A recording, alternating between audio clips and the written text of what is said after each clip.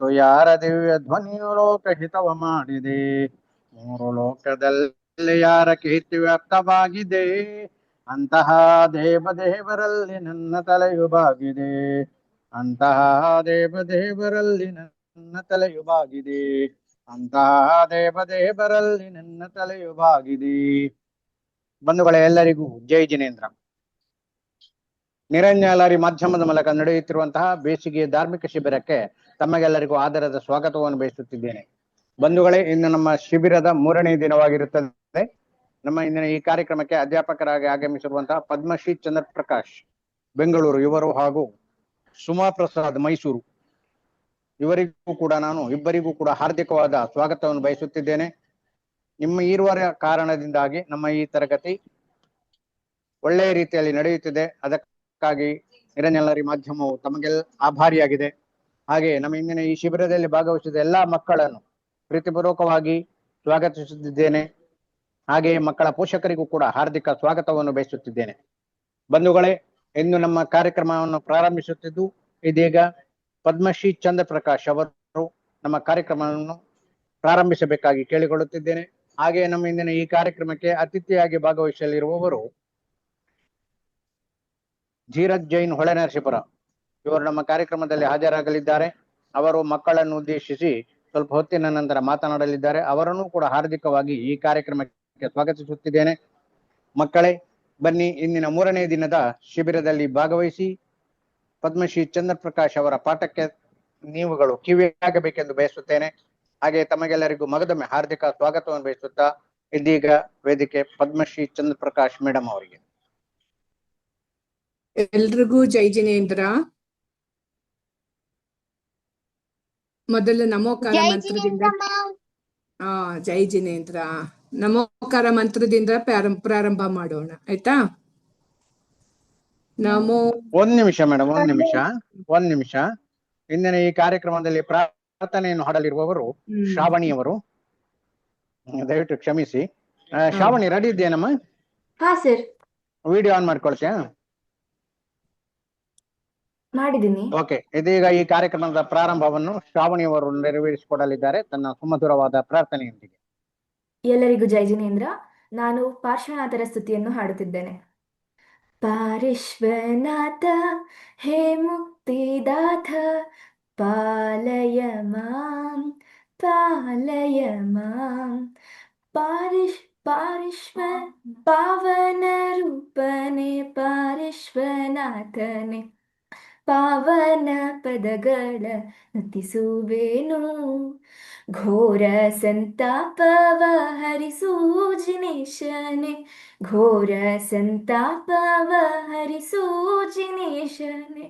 ಕರುಣಾ ಸಾಗರ ಶ್ರೀ ಜಿನನೆ ಪಾರ್ಶ್ವನಾಥ ಹೇ ಮುಕ್ತಿದಾಥ ಪಾಲಯ ಮಾಂ ಪಾಲಯ ಮಾಂ. ಜನನ ಮರಣಗಳ ಬಾಧೆಯ ಜಯಿಸಿ 18 ದೋಷವ ತಪದಿಂ ಕೆಡಿಸಿ. ಜನನ ಮರಣಗಳ ಬಾಧೆಯ ಜಯಿಸಿ 18 ದೋಷವ ತಪದಿಂ ಕೆಡಿಸಿ. ಇಳೆಯೊಳಗೆನು ಪಾಮಧೀರಾನೆಂದೆನಿಸಿ ಕುಶಲಾದಿ ಮುಕ್ತಿಯ ಧಾರೆಯ ಗಳಿಸಿ. ಪಾರ್ಶ್ವನಾಥ ಹೇ ಮುಕ್ತಿದಾಥ ಪಾಲಯ ಮಾಂ ಪಾಲಯ ಮಾಂ. ವಿಶ್ವಸೇನ ಮಹಾರಾಜನ ಕಂದ ಮಾತೆ ಶ್ರೀ ಬ್ರಾಹ್ಮೀಲ ದೇವಿ ಕಾನಂದ. ಸ್ಮರಿಸುವ ಹೃದಯಕ್ಕೆ ನಿತ್ಯ ಆನಂದ ಸ್ಮರಿಸುವ ಹೃದಯಕ್ಕೆ ನಿತ್ಯ ಆನಂದ. ಕರುಣಿಸೆ ನಗೆ ಸುಜ್ಞಾನ ಜಿನೇಂದ್ರ ಕರುಣಿಸೆ ನಗೆ ಸುಜ್ಞಾನ ಜಿನೇಂದ್ರ. ಪಾರ್ಶ್ವನಾಥ ಹೇ ಮುಕ್ತಿದಾಥ ಪಾಲಯ ಮಾಂ ಪಾಲಯ ಮಾಂ. ಧನ್ಯವಾದಗಳು. ಓಕೆ, ಸೊಗಸಾದ ಪ್ರಾರ್ಥನೆ ಮೂಲಕ ನಮ್ಮ ಕಾರ್ಯಕ್ರಮವನ್ನು ಶುಭಾರಂಭ ಮಾಡಿದಂತ ಶ್ರಾವಣಿಯವರಿಗೆ ಅಭಿನಂದನೆಗಳು, ಧನ್ಯವಾದಗಳು. ಇದೀಗ ನಮ್ಮ ತರಗತಿಯನ್ನು ಪ್ರಾರಂಭಿಸಲಿರುವವರು ಪದ್ಮಶ್ರೀ ಚಂದ್ರಪ್ರಕಾಶ್ ಮೇಡಮ್. ಎಲ್ರಿಗೂ Jai Jinendra. Okay, record last ನವರೆಗಿರ್ಲಿ ಆಯ್ತಾ? ರೆಕಾರ್ಡ್ ಲಾಸ್ಟ್ ನವರೆಗಿರ್ಲಿ. ಓಕೆ, ಆಯ್ತು ಸರ್. ನಮೋಕಾರ ಮಂತ್ರದಿಂದ ಪ್ರಾರಂಭ ಮಾಡೋಣ. ನಮೋ ನಮೋ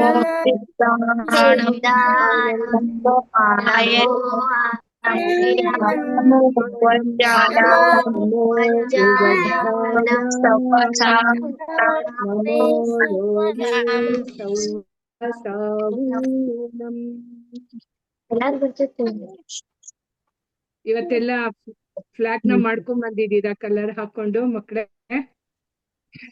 ಯಾರ್ಯಾರು ಮಾಡಿದೀರಾ ತೋರ್ಸಿ. ಗುಡ್, ಚೆನ್ನಾಗ್ ಮಾಡಿದೀರಾ. ನಾನ್ ತೋರ್ಸಿದ ತರನೇ ಮಾಡಿದೀರಾ ಇಷ್ಟೊಂದ್ ಜನ.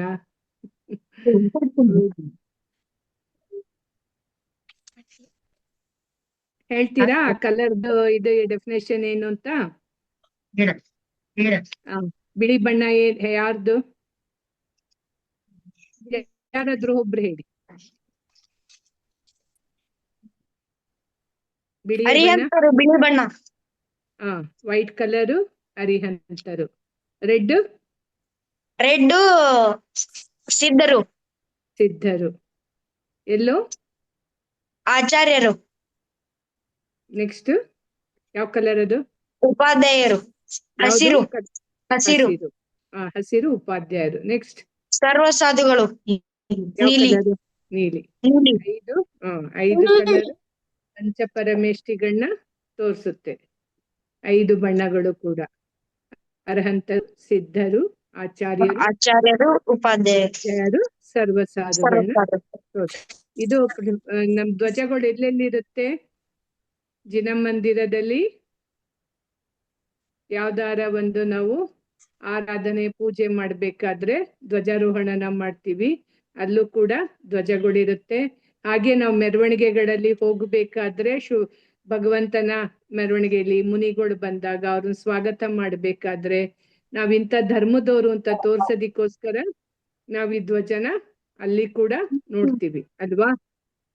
ಈ ಧ್ವಜ ನೀವು ಯಾವುದೇ ಒಂದು ದೇವಸ್ಥಾನಕ್ಕೆ ಹೋದಾಗ ಅಲ್ಲಿ ಸೂಕ್ಷ್ಮವಾಗಿ ನೀವು ಅವನ್ನೆಲ್ಲ ಅಬ್ಸರ್ವ್ ಮಾಡ್ಬೇಕು ಮಕ್ಳೇ. ಈಗ ದೇವಸ್ಥಾನಕ್ಕೆ ನಾವು ಸೀದಾ ಒಳಕ್ ಹೋಗ್ಬಿಡೋದಲ್ಲ. ಬಸದಿ ಅಂದ್ರೆ ಏನು, ಬಸದಿ ಹೋಗಕ್ ಮುಂಚೆ ಏನಿರುತ್ತೆ ನೆನೆ ಹೇಳಿದೆ ಅಲ್ವಾ? ಏನೇನಿರುತ್ತೆ?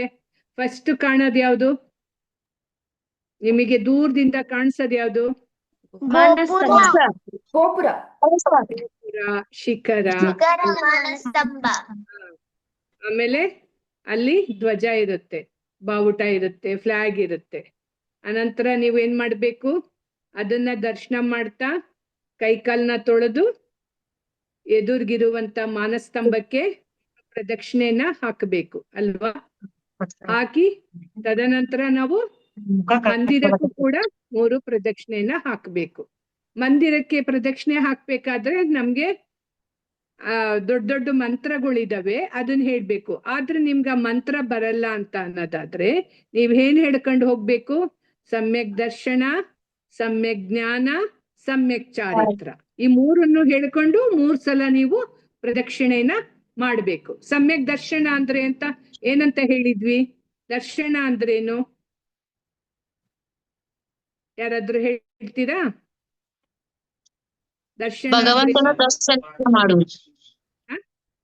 ಭಗವಂತನ ದರ್ಶನ ಮಾಡೋದು ಅದು ಒಂದು ದರ್ಶನ ಆಗುತ್ತೆ. ಆದ್ರೆ ಇಲ್ಲಿ ಸಮ್ಯಕ್ ದರ್ಶನ ಅಂದಾಗ, ಸಮ್ಯಕ್ ಅಂದ್ರೆ ಒಳ್ಳೆಯದು, ಒಳ್ಳೆಯ ವಿಚಾರ. ಸಿಂಪಲ್ ಆಗಿ ಹೇಳ್ಬೇಕು ಅಂದ್ರೆ ಒಳ್ಳೆಯ ವಿಚಾರ ಅಂದ್ರೆ ಒಳ್ಳೆಯ ವಿಷಯದ ಮೇಲೆ ನಾವು ನಂಬಿಕೆಯನ್ನ ಇಡುವಂಥದ್ದು ಸಮ್ಯಕ್ ದರ್ಶನ.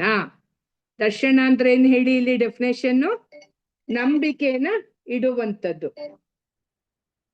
ನಂಬಿಕೆಯನ್ನ ಇಡುವಂಥದ್ದು ದರ್ಶನ. ಜ್ಞಾನ ಅಂದ್ರೆ ನಂಬಿಕೆ ಇಟ್ಟಂತ್ರ ನಮ್ಮ ಜೈನ ಧರ್ಮದ ತತ್ವಗಳು ಏನಿದೆ ಅದ್ರ ಮೇಲೆ ನಂಬಿಕೆ ಇಟ್ಟ ಮೇಲೆ ನಾವೇನ್ ಮಾಡ್ಬೇಕು, ಅದ್ರೊಳಗೆ ಏನಿದೆ, ಯಾತಕ್ಕೋಸ್ಕರ ಜಿನ ಮಂದಿರ ಮಾಡಿದ್ದಾರೆ, ಭಗವಂತ ನಮ್ಗೆ ಏನ್ ಉಪದೇಶ ಕೊಟ್ಟಿದ್ದಾರೆ, ಇದನ್ನೆಲ್ಲ ನಾವು ತಿಳ್ಕಣಕ್ಕೆ ಇವಾಗ ನೀವೆಲ್ಲ ಬಂದ್ ಕುಂತ್ಕೊಂಡು ಅದನ್ನೆಲ್ಲ ತಿಳ್ಕಣಕ್ ಪ್ರಯತ್ನ ಪಡ್ತಿದ್ದೀರಾ ಅಲ್ವಾ? ಅದು ನಮಗ್ ಖುಷಿ ಆಗ್ತಿದೆ. ಇದು ಒಳ್ಳೆಯ ಜ್ಞಾನವನ್ನ ನೀವು ತಿಳ್ಕಣಕ್ ಇಷ್ಟ ಪಡ್ತಿದ್ದೀರಾ. ಇದೇ ಸಮ್ಯಕ್ ಜ್ಞಾನ. ನೀವು ಇವತ್ತೆಲ್ಲ ಕುಂತ್ಕೊಂಡು ಏನ್ ಪಾಠ ಕೇಳ್ತಿದ್ದೀರಲ್ಲ, ಇದೇ ಸಮ್ಯಕ್ ಜ್ಞಾನ, ತಿಳಿಯುವಂಥದ್ದು. ಆಯ್ತಾ? ಅದನ್ನ ತಿಳಿದ್ಮೇಲೆ ಏನ್ ಮಾಡ್ಬೇಕು ನೀವು? ಅದನ್ನ ಆಚರಣೆಗೆ ತರ್ಬೇಕು. ನೀವು ಅದರಂತೆ ನಡ್ಕೊಬೇಕು. ಏನು ನಮ್ಮ ಆಚಾರ್ಯರು ಭಗವಂತರು ಹೇಳಿದರೆ ಅದನ್ನ ನಾವು ಫಾಲೋ ಮಾಡ್ಬೇಕು. ಆ ಫಾಲೋ ಮಾಡೋ ಅಂಥದ್ದೇ ಸಮ್ಯಕ್ ಚಾರಿತ್ರ. ಈ ಮೂರನ್ ಮಾಡಿದ್ರೆ ಸಾಕು. ನಾವು ಶ್ರಾವಕರು ಮಾಡ್ಬೇಕಾಗಿರೋದು ಇಷ್ಟೇನೆ. ನಾವು ದೇವರಲ್ಲಿ ನಂಬಿಕೆನ ಇಡ್ಬೇಕು. ನಂಬಿಕೆ ಇಟ್ಟಂತ್ರ ಏನಿದೆ ಅದ್ರೊಳಗೇನ ಸುಮ್ನೆ ನಂಬಿಕೆ ಇಡಬಾರ್ದು. ಅದು ಅಜ್ಞಾನ ಆಗ್ಬಿಡುತ್ತೆ. ಯಾರೋ ಏನೋ ಹೇಳಿದ್ರು ಅಂತ ಹೇಳಿ ಅದನ್ನ ಪರಿಪಾಲನೆ ಮಾಡೋದಲ್ಲ. ಏನದು ಸತ್ಯ ಇದೆಯಾ ಏನು ಅನ್ನೋದನ್ನ ನಾವು ತಿಳ್ಕೊಂತೀವಲ್ಲ, ಅದೇ ಜ್ಞಾನ, ಅದೇ ಸುಜ್ಞಾನ. ಅದನ್ನ ನಾವು ತಿಳ್ಕೊಂಡು ಅದರಂತೆ ನಡೆದಾಗ, ಅದರಂತೆ ನಾವು ನಡ್ಕೊಂಡು ಹೋಗೋದು ಅಂದ್ರೆ ನಡೆದು ಹೋಗೋದಲ್ಲ, ಅದನ್ನ ಆಚರಣೆ ಮಾಡೋದು, ಅದನ್ನ ನಾವು ಫಾಲೋ ಮಾಡ್ಕೊಂಡು ಅದರಂತೆ ಇರೋದು, ಅದು ಸಮ್ಯಕ್ ಚಾರಿತ್ರ.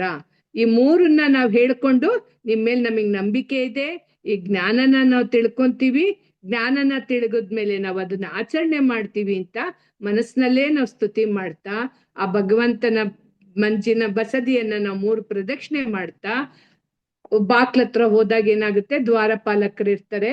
ಅಲ್ಲಿ ನಿಂತ್ಕೊಂಡು ನಾವ್ ಏನ್ ಹೇಳ್ಬೇಕು, ಪಕ್ಕದಲ್ಲಿ ಅದನ್ನ ನಾವು ಎಲ್ಲಿ ಹೋಗ್ತಾ ಇರೋದು, ನಾವು ಭಗವಂತ ಇರುವಂತ ಸ್ಥಳಕ್ ನಾವು ಹೋಗ್ತಾ ಇದೀವಿ.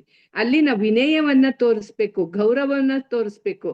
ಅದಕ್ಕೆ ಬಾಕ್ಲಲ್ಲೇ ನಾವು ಹೊಸಿಲತ್ರನೇ ನಾವು ಭಗವಂತನ ಬಗ್ಗೆ ನಮಸ್ಕಾರ ಮಾಡಿ ಕಣ್ಣಿಗೊತ್ಕೊಂಡು ಓಂ ಜಯ ಜಯ ನಿಸ್ಸಹಿ ನಿಸ್ಸಹಿ ಅಂತ ಹೇಳ್ಕೊಂಡು ಹೋಗ್ಬೇಕು. ಅಂದ್ರೆ ಭಗವಂತ, ನಾನು ನಿನ್ನ ದರ್ಶನ ಮಾಡೋಕ್ ಒಳಗ್ ಬರ್ತಾ ಇದ್ದೀನಿ, ನಾನು ನಿಸ್ಸಂಗನಾಗಿ ಬರ್ತಾ ಇದ್ದೀನಿ, ನಾನು ಏನೂ ಕೆಟ್ಟದನ್ನ ತೆಕ್ಕೊಂಡ್ ಬರ್ತಾ ಇಲ್ಲ, ಎಲ್ಲವನ್ನೂ ಕೆಟ್ಟದನ್ನ ನಾನು ಇಲ್ಲೇ ಬಿಟ್ಟು ಒಳ್ಳೆ ರೀತಿನಲ್ಲಿ ನಿನ್ನ ನೋಡೋದಿಕ್ ನಾನು ಬರ್ತಾ ಇದ್ದೀನಿ ಅನ್ನೋ ಒಂದು ಭಾವನೆನಲ್ಲಿ ಪ್ರದಕ್ಷಿಣೆ ಮಾಡ್ಬೇಕಾದ್ರೂ ಅಷ್ಟೇ. ನಮಗೆ ಬಸದಿ ಸುತ್ತಲೂ ಕೂಡ ಒಳ್ಳೆ ಅಟ್ಮಾಸ್ಫಿಯರ್ ಇರುತ್ತೆ, ಅಲ್ಲಿ ಪಾಸಿಟಿವ್ ಎನರ್ಜಿ ನಮ್ಗಿರುತ್ತೆ. ಅದನ್ನೆಲ್ಲ ನಾವು ತೆಕ್ಕೊಂಡು ಒಳಗಡೆ ಹೋಗ್ತಿದೀವಿ. ಅದನ್ನ ಹೇಳ್ಕೊಂಡು ನಾವ್ ಯಾವ್ದು ಸ್ವಾರ್ಥ ನನ್ನಲ್ಲಿ ಇಲ್ಲ, ನಾನು ಏನನ್ನೂ ನಿನ್ನಲ್ಲಿ ಅಪೇಕ್ಷೆ ಮಾಡ್ತಾ ಇಲ್ಲ, ಆದ್ರಿಂದ ನಾನು ನಿನ್ನೊಂದು ದರ್ಶನ ಮಾಡಕ್ ಬರ್ತಾ ಇದ್ದೀನಿ ಅಷ್ಟೇ ನಾನು ಅಂತ ಹೇಳಿ ಒಳಗಡೆ ನಾವು ಹೋಗ್ಬೇಕು. ಒಳಗಡೆ ಹೋಗಿದ ತಕ್ಷಣ ನಾವೇನ್ ಮಾಡ್ಬೇಕು, ಅಲ್ಲಿ ಗಂಧ ಇರುತ್ತೆ. ಗಂಧೋದಕ ಬೇರೆ, ಗಂಧ ಬೇರೆ. ನಾವು ಹಣೆಗೆ ಯಾವಾಗ್ಲೂ ಗಂಧನ ಹಚ್ಕೊಬೇಕು. ಆ ಗಂಧನ ಹಚ್ಕೊಂಡಾಗ ಏನಾಗುತ್ತೆ, ನಮ್ಮಲ್ಲಿ ಯಾವಾಗ್ಲೂ ನಾವು ಹಣೆ ಹತ್ರ ಗಂಧನ ಇಟ್ಕೊಂಡಾಗ ಇಲ್ಲಿ ಆಜ್ಞಾ ಚಕ್ರ, ನೀವ್ ಯಾರಾದ್ರೂ ಯೋಗ ಕ್ಲಾಸ್ಗೆ ಹೋಗಿದ್ರೆ ನಿಮ್ಗೆ ಆ ಚಕ್ರದ ಬಗ್ಗೆ ಹೇಳಿರ್ತಾರೆ ಅಲ್ವಾ? ಸ್ಕೂಲ್ಗಳಲ್ಲೂ ಯೋಗ ಕ್ಲಾಸ್ ನಡೀತಾ ಇದೆ ಈಗ, ಅಲ್ಲೆಲ್ಲ ಹೇಳಿರ್ತಾರೆ ನಿಮ್ಗೆ. ಈ ಉಬ್ಬಿನ ಮಧ್ಯ ಆಜ್ಞಾ ಚಕ್ರ ಇರುತ್ತೆ. ಆ ಗಂಧನ ನಾವ್ ಇಲ್ಲಿ ಹಚ್ಕೊಂಡಾಗ ಏನಾಗುತ್ತೆ, ಅದು ಆಕ್ಟಿವೇಟ್ ಆಗುತ್ತೆ. ಹಾಗಾಗಿ ನಮ್ಗೆ ಜ್ಞಾಪಕ ಶಕ್ತಿ ಜಾಸ್ತಿ ಆಗ್ತಾ ಹೋಗುತ್ತೆ. ಆ ಗಂಧನ ಅದಕ್ಕೆ ನಾವು ಯಾವುದೇ ದೇವಸ್ಥಾನಕ್ಕೆ ಹೋದಾಗ ಅಲ್ಲಿರುವಂತ ಗಂಧನ ನಾವು ಹಣೆಗೆ ಹಚ್ಕೊಂತೀವಿ. ಆ ಆಜ್ಞಾ ಚಕ್ರನ ಆಕ್ಟಿವ್ ಮಾಡ್ಬೇಕು. ಅದರಿಂದ ಜ್ಞಾಪಕ ಶಕ್ತಿ ನಮ್ಗೆ ವೃದ್ಧಿ ಆಗ್ತಾ ಹೋಗುತ್ತೆ. ಹಚ್ಕೊಂಡು ಆಮೇಲೆ ಅಲ್ಲಿ ಗಂಟೆ ಕಟ್ಟಿರ್ತಾರಲ್ಲ, ಇದನ್ನೆಲ್ಲ ನೀವು ಅಬ್ಸರ್ವ್ ಮಾಡ್ಬೇಕು. ದೇವಸ್ಥಾನಕ್ಕೆ ಹೋದಾಗ ದೇವಸ್ಥಾನದ ಬಸದಿನಲ್ಲಿ ಏನಿರುತ್ತೆ, ಗಂಟೆ ಇರುತ್ತೆ. ಆ ಗಂಟೆನ ನಾವು 1 ಸಲ ಹೊಡಿಬೇಕು. ಹೊಡೆದಾಗ ಏನಾಗುತ್ತೆ, ಗಂಟೆನ ನಾವು ಬಾರಿಸೋದ್ರಿಂದ ಏನಪ್ಪಾ ಅಂದ್ರೆ ನಮ್ಮಲ್ಲಿ ಏಕಾಗ್ರತೆ ಬರುತ್ತೆ, ಅಂದ್ರೆ ಫೋಕಸ್. ನಾವು ಒಂದೇ ಕಡೆ ಮನಸ್ಸನ್ನ ಇಡೋದಿಕ್ಕೆ ಅದು ನಮಗೆ ಸಹಾಯವನ್ನ ಮಾಡುತ್ತೆ. ಆ ಘಂಟಾನಾದನ ಹೇಗೆ ಅಂತ ಅಂದ್ರೆ, ಆ ಗಂಟೆನ ನಾವು 1 ಸಲ ಹೊಡೆದಾಗ ಏನಾಗುತ್ತೆ, 7 ಸೆಕೆಂಡ್ ಕಾಲ ಅದೇನಾಗುತ್ತೆ, ನಮಗೆ ಅದು ಪ್ರತಿಧ್ವನಿ ಬರ್ತಾ ಇರುತ್ತೆ, ಓಂ ಅಂತ. ನೀವು ಅಬ್ಸರ್ವ್ ಮಾಡಿ ನೋಡಿ. ಅವಾಗ ಗಂಟೆ ಹೊಡೆದಾಗ ಆ ಹೊಡೆದಿದ ತಕ್ಷಣ ಬರೀ 7 ಸೆಕೆಂಡು ಆ ನಾದ, ಘಂಟಾನಾದ ನಮ್ಗೆ ಕಿವಿಗೆ ಬರ್ತಾ ಇರುತ್ತೆ. ಅದು ಬಂದಾಗ ಏನಾಗುತ್ತೆ, ನಮ್ಗೆ ಒಂದೇ ಕಡೆ ನಾವು ಏಕಾಗ್ರತೆಯಿಂದ ಫೋಕಸ್ ಆಗಿರೋದಿಕ್ಕೆ, ಭಗವಂತನ ಧ್ಯಾನ ಮಾಡೋದಿಕ್ಕೆ ನಮ್ಗದು ಅನುಕೂಲನ ಮಾಡ್ಕೊಡುತ್ತೆ. ಇವೆಲ್ಲ ವೈಜ್ಞಾನಿಕವಾಗಿರುವಂಥದ್ದು, ಸೈಂಟಿಫಿಕ್ ಆಗಿರುವಂಥದ್ದು ಇವೆಲ್ಲ. ನಮ್ ಮೆದುಳು ಏನಾಗುತ್ತೆ, ನೀವೇ ತಿಳಿದಂಗೆ ಸ್ಕೂಲಲ್ಲಿ ಹೇಳ್ಕೊಟ್ಟಿರ್ತಾರೆ, ಬಲಗಡೆ ಇರುವ ರೈಟ್ ಮೆದುಳು ಮತ್ತೆ ಲೆಫ್ಟ್ ಎರಡೂ ಕೂಡ ಒಂದೇ ಕಡೆ ಹೋಗೋ ಹಾಗೆ ಅದು ನಮ್ಗೆ ಸಹಕಾರವನ್ನ ನೀಡುತ್ತೆ. ಆ ಒಂದೇ ಕಡೆ ಇರೋ ಹಾಗೆ ಅದು ನಮ್ಮನ್ನ ಮಾಡೋದಿಕ್ಕೆ ಸಹಾಯವನ್ನ ಮಾಡುತ್ತೆ.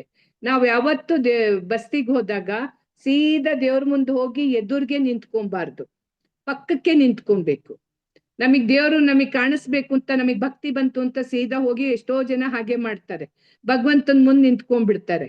ಯಾಕೆ ಅಂತಂದ್ರೆ ಹಿಂದೆ ನಮ್ಮಂಗೆ ಬೇರೆಯವರು ದರ್ಶನ ಮಾಡಕ್ ಬಂದಿರ್ತಾರಲ್ವಾ, ಅವರಿಗೆ ಅದು ತೊಂದರೆ ಆಗ್ಬಾರ್ದು. ಅದನ್ನ ನೀವು ಫೋಕಸ್ ಮಾಡ್ಬೇಕು. ಹಿಂದೆ ಯಾರಾದ್ರೂ ಇದ್ದಾರಾ, ಅವ್ರಿಗೆ ಏನಾದ್ರೂ ತೊಂದರೆ ಆಗ್ತಿದ್ಯಾ ದರ್ಶನಕ್ಕೆ ಅಂತ ಅದನ್ನ ನೀವು ಯೋಚನೆ ಮಾಡ್ಬೇಕು. ಮಾಡಿ ಪಕ್ಕದಲ್ಲಿ, ಇಲ್ಲ ಎಡ ಪಕ್ಕ, ಇಲ್ಲ ರೈಟ್ ಸೈಡು, ಇಲ್ಲ ಲೆಫ್ಟ್ ಸೈಡು, ಯಾವ್ದಾದ್ರು ಒಂದ್ ಸೈಡು ಬೇರೆಯವ್ರಿಗೆ ತೊಂದರೆ ಆಗದೆ ಇರೋ ಹಾಗೆ ನಿಂತ್ಕೊಬೇಕು. ನಿಂತ್ಕೊಂಡು ಭಗವಂತನ ದರ್ಶನವನ್ನ ಮಾಡ್ಬೇಕು. ಮತ್ತೆ ನಾವು ಬಸದಿ ಒಳಗೆ ಹೋದಾಗ ಆದಷ್ಟು ನಾವು ಮೌನವಾಗಿರ್ಬೇಕು, ಮಾತನ್ನ ಕಡಿಮೆ ಮಾಡ್ಬೇಕು. ಯಾಕೆಂದ್ರೆ ಅಲ್ಲಿ ಬೇರೆ ರೀತಿ ಮಾತುಗಳನ್ನ ಆಡ್ಬಾರ್ದು. ಭಗವಂತನ ಧ್ಯಾನ ಒಂದೇ ನಮ್ಮಲ್ಲಿ ಇರ್ಬೇಕು.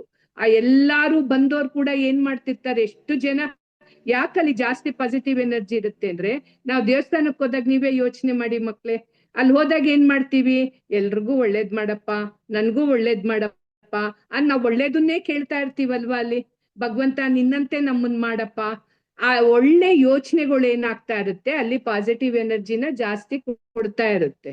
ಆದ್ರಿಂದ ನಾವೇನ್ ಮಾಡ್ಬೇಕಲ್ಲಿ, ಅಲ್ಲಿ ಹೋದಾಗ ದರ್ಶನ ಮಾಡಿದಾಗ ಬೇರೆ ವಿಚಾರಗಳನ್ನ ಮಾತಾಡಬಾರ್ದು. ಮನೆ ವಿಚಾರನೆ ಆಗ್ಲಿ, ಸ್ಕೂಲಿನ ವಿಚಾರ, ಯಾರೋ ಫ್ರೆಂಡ್ಸ್ ಬಂದಾಗ ಮಾತಾಡಿ ಅದನ್ನ.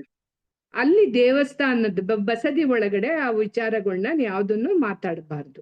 ಹಾಗೇನೆ ನಾವು ಬಸದಿಗೆ ಹೋಗ್ಬೇಕಾದ್ರೆ ಇನ್ನೊಂದ್ ಏನ್ ಮಾಡ್ಬೇಕು, ಬರೀ ಕೈನಲ್ಲಿ ಹೋಗ್ಬಾರ್ದು. ನಾವೇನಾದ್ರೂ ಅಕ್ಷತೆನೋ, ಹಣ್ಣನ್ನು, ಫಲನೋ, ಹೂವನೋ ಏನಾದ್ರೂ ಕೈಯಲ್ಲಿ ಭಗವಂತನ ದರ್ಶನಕ್ಕೆ ನಾವು ತೆಕ್ಕೊಂಡು ಹೋಗ್ಬೇಕು. ಯಾಕೆಂದ್ರೆ ನಾವೊಬ್ರು ನೆಂಟ್ರ ಮನೆಗೆ ಹೋಗ್ಬೇಕಾದ್ರೂ ನಾವೇನಾದ್ರೂ ತೆಕ್ಕೊಂಡು ಹೋಗು, ಒಂದ್ ಸ್ವೀಟೋ, ಇಲ್ಲ ನಿನ್ ಫ್ರೆಂಡ್ಸ್ ಇದ್ರೆ ಒಂದ್ ಗಿಫ್ಟೋ ಏನಾದ್ರೂ ಕೊಡ್ತೀವಲ್ವಾ ಅವ್ರಿಗೆ. ಬರೀ ಕೈನಲ್ಲಿ ಹೋಗ್ತೀವ? ಇಲ್ಲ ಅಲ್ಲ. ಹಾಗೆ ಭಗವಂತನ ದರ್ಶನಕ್ಕೆ ಹೋದಾಗೂ ಕೂಡ ನಾವು ಅವ್ರಿಗೆ ಒಂದು ಗೌರವವನ್ನ ಸೂಚಿಸೋದಿಕ್ಕೆ, ಅವರಿಗೆ ಭಕ್ತಿಯನ್ನ ಮಾಡೋದಿಕ್ಕೆ ನಾವೇನ್ ಮಾಡ್ಬೇಕು, ಕೈಯಲ್ಲಿ ಅಕ್ಷತೆಯನ್ನ ತೆಗೆದುಕೊಂಡು ಹೋಗ್ಬೇಕು, ಫಲನ ಇಡ್ಬೇಕು. ಅಲ್ಲಿ ಪುಂಜನ ಇಟ್ಟು ಭಗವಂತನಿಗೆ ನಾವು ಗೌರವವನ್ನ ಸಲ್ಲಿಸ್ಬೇಕು. ಅಕ್ಷತೆ ಅಂತ ಅಂದ್ರೆ, ಅಕ್ಷತೆ ಯಾಕೆ ಇಡ್ಬೇಕು ನಾವು ಅಂತ ಅಂದಾಗ, ಅಲ್ಲಿ ಫಸ್ಟ್ ಅಕ್ಷತೆ ಇಡ್ಬೇಕಾದ್ರೆ ಮಣೆ ಸ್ವಚ್ಛವಾಗಿದ್ಯಾ, ಅಲ್ಲಿ ಏನಾದ್ರೂ ಇರುವೆ ಇಂಥವೆಲ್ಲ, ಯಾಕೆ ಅಂದ್ರೆ ಬೇರೆಯವರು ಇಟ್ಟೋಗಿರ್ತಾರಲ್ವಾ. ಎಷ್ಟೋ ಬಸದಿಗಳಲ್ಲಿ ಏನಾಗುತ್ತೆ, ಹಿಂಗೆ ಫಲ, ಅಕ್ಷತೆ, ಹೂವ ಎಲ್ಲ ಇಟ್ಟಾಗ ಅಲ್ಲಿ ಸಣ್ಣ ಸಣ್ಣ ಇರುವೆ ಅಂತ ಕ್ರಿಮಿಗಳು ಓಡಾಡ್ತಾ ಇರ್ತವೆ. ಅದಕ್ಕೆ ನೀವ್ ಇಡೋದಿಕ್ ಮುಂಚೆ ಅಲ್ಲಿ ಸ್ವಚ್ಛತೆ ಇದೆಯಾ, ಯಾವುದೇ ಕ್ರಿಮಿಕೀಟಗಳಿಲ್ವಾ, ಅವಕ್ಕೆ ಬಾಧೆ ಆಗ್ಬಾರ್ದು. ಅದನ್ನ ನೀವು ಸೂಕ್ಷ್ಮೆಯಾಗಿ ನೋಡ್ಬೇಕು. ನೋಡಿ ಅದನ್ನ ಕ್ಲೀನ್ ಮಾಡ್ಕೊಂಡು ಅಲ್ಲಿ ಅಕ್ಷತೆಯನ್ನ ಇಡ್ಬೇಕು. ಹಾಗೆ ಕೈ ಮುಗಿಬೇಕು. ನೀವು ಕೈ ಮುಗಿದಾಗ ಏನಾಗುತ್ತೆ ಅಂದ್ರೆ, ಪ್ರಾರ್ಥನೆ ಅಂತ ಅಂದಾಗ ನೋಡಿ, ಪ್ರಾರ್ಥನೆಯನ್ನ ಅರ್ಥನ ನಾನೇನು ಅಂದ್ರೆ, ಅಂದ್ರೆ ವಿಶೇಷ ಅನ್ನೋ ಒಂದು ಅರ್ಥನ ಕೊಡುತ್ತೆ. ವಿಶೇಷವಾಗಿ ಇರುವಂತದ್ದು, ಉತ್ತಮವಾಗಿ ಇರುವಂತದ್ದು. ಆ ಅರ್ಥನ ಅಂತ ಅಂದ್ರೆ ವಿನಂತಿ. ಅರ್ಥನ ಅಂತ ಅಂದ್ರೆ ನಾವು ವಿನಂತಿ ಮಾಡೋದು, ಅಂದ್ರೆ ವಿಶೇಷ ರೀತಿನಲ್ಲಿ ನಾವು ಭಗವಂತನಿಗೆ ವಿನಂತಿನ ಮಾಡ್ತೀವಿ ಅಲ್ಲಿ. ಆದ್ರಿಂದ ಎರಡೂ ಕೈನ ನಾವು ಜೋಡಿಸಿ ಭಗವಂತನಿಗೆ ಪ್ರಾರ್ಥನೆಯನ್ನ ಮಾಡ್ತೀವಿ, ನಮಸ್ಕಾರವನ್ನ ಮಾಡ್ತೀವಿ. ಅಂದ್ರೆ ಎರಡೂ ಕೈಗಳಲ್ಲಿ ಏನು ಅಂದ್ರೆ, ಒಂದು ಕೈ ನಮ್ದೇನು ಅಂದ್ರೆ ಜ್ಞಾನ, ಇನ್ನೊಂದು ಕೈ ಏನಪ್ಪಾ ಅಂತ ಅಂದ್ರೆ ಭಕ್ತಿ. ನಮ್ಮಲ್ಲಿರುವಂತ ಜ್ಞಾನವನ್ನ, ಭಕ್ತಿಯನ್ನ ಎರಡನ್ನೂ ನಾವು ಜೋಡಿಸಿ ತಲೆಬಾಗಿ ಭಗವಂತನಿಗೆ ನಾವು ನಮಸ್ಕರಿಸ್ಬೇಕು. ಇವೆರಡನ್ನೂ ನಾವು ಜೋಡಿಸಿದಾಗ ಭಗವಂತನಿಗೆ ನಾವು ವಿನಯವನ್ನ ಕೊಡ್ಬೇಕು. ನಿನಗ್ ಭಕ್ತಿನೂ ಕೊಡ್ತಾ ಇದೀವಪ್ಪ, ನಮ್ಮ ಜ್ಞಾನದಿಂದ ನಿನಗೆ ಭಕ್ತಿನ ನೀಡ್ತಾ ಇದ್ದೀವಿ ಅನ್ನೋ ಒಂದು ರೀತಿನಲ್ಲಿ ಭಗವಂತನಿಗೆ ನಾವು ನಮಸ್ಕಾರವನ್ನ ಮಾಡ್ಬೇಕು. ಇದೇ ಪ್ರಾರ್ಥನೆ. ಪ್ರಾರ್ಥನೆ ಅಂದ್ರೇನು, ನಮ್ಮಲ್ಲಿರುವಂತ ವಿಶೇಷ ರೀತಿಯಾದಂತ ವಿನಂತಿನ ನಿನ್ನಲ್ಲಿ ಮಾಡ್ಕಂತ ಇದ್ದೀನಿ. ಏನ ವಿನಂತಿ? ಭಗವಂತನಲ್ಲಿ ಅನೇಕ ಒಳ್ಳೆಯ ಗುಣಗಳಿವೆ, ಅವನು ಪರಮಾತ್ಮನಾಗ್ಬಿಟ್ಟಿದ್ದಾರೆ ಗುಣಗಳನ್ನ ಪಡ್ಕೊಂಡು. ನಿಮ್ಮಂತೆ ನನ್ನ ಆತ್ಮನನ್ನು ಕೂಡ ಮಾಡು ಅನ್ನದೇ ಅಲ್ಲಿ ವಿನಂತಿ. ನಾವಲ್ಲಿ ಹೋಗ್ಬಿಟ್ಟು ನನಗ್ ಮನೆ ಕೊಡು, ಚಾಕ್ಲೇಟ್ ಕೊಡು, ನನಗ್ ಕಾರ್ ಕೊಡು, ಅವನ್ ಕೊಡು ಏನೂ ಕೇಳಲ್ಲ. ಯಾಕೆಂದ್ರೆ ಭಗವಂತ ಅವನ್ನೆಲ್ಲ ಬಿಟ್ಬಿಟ್ಟಿದ್ದಾರೆ.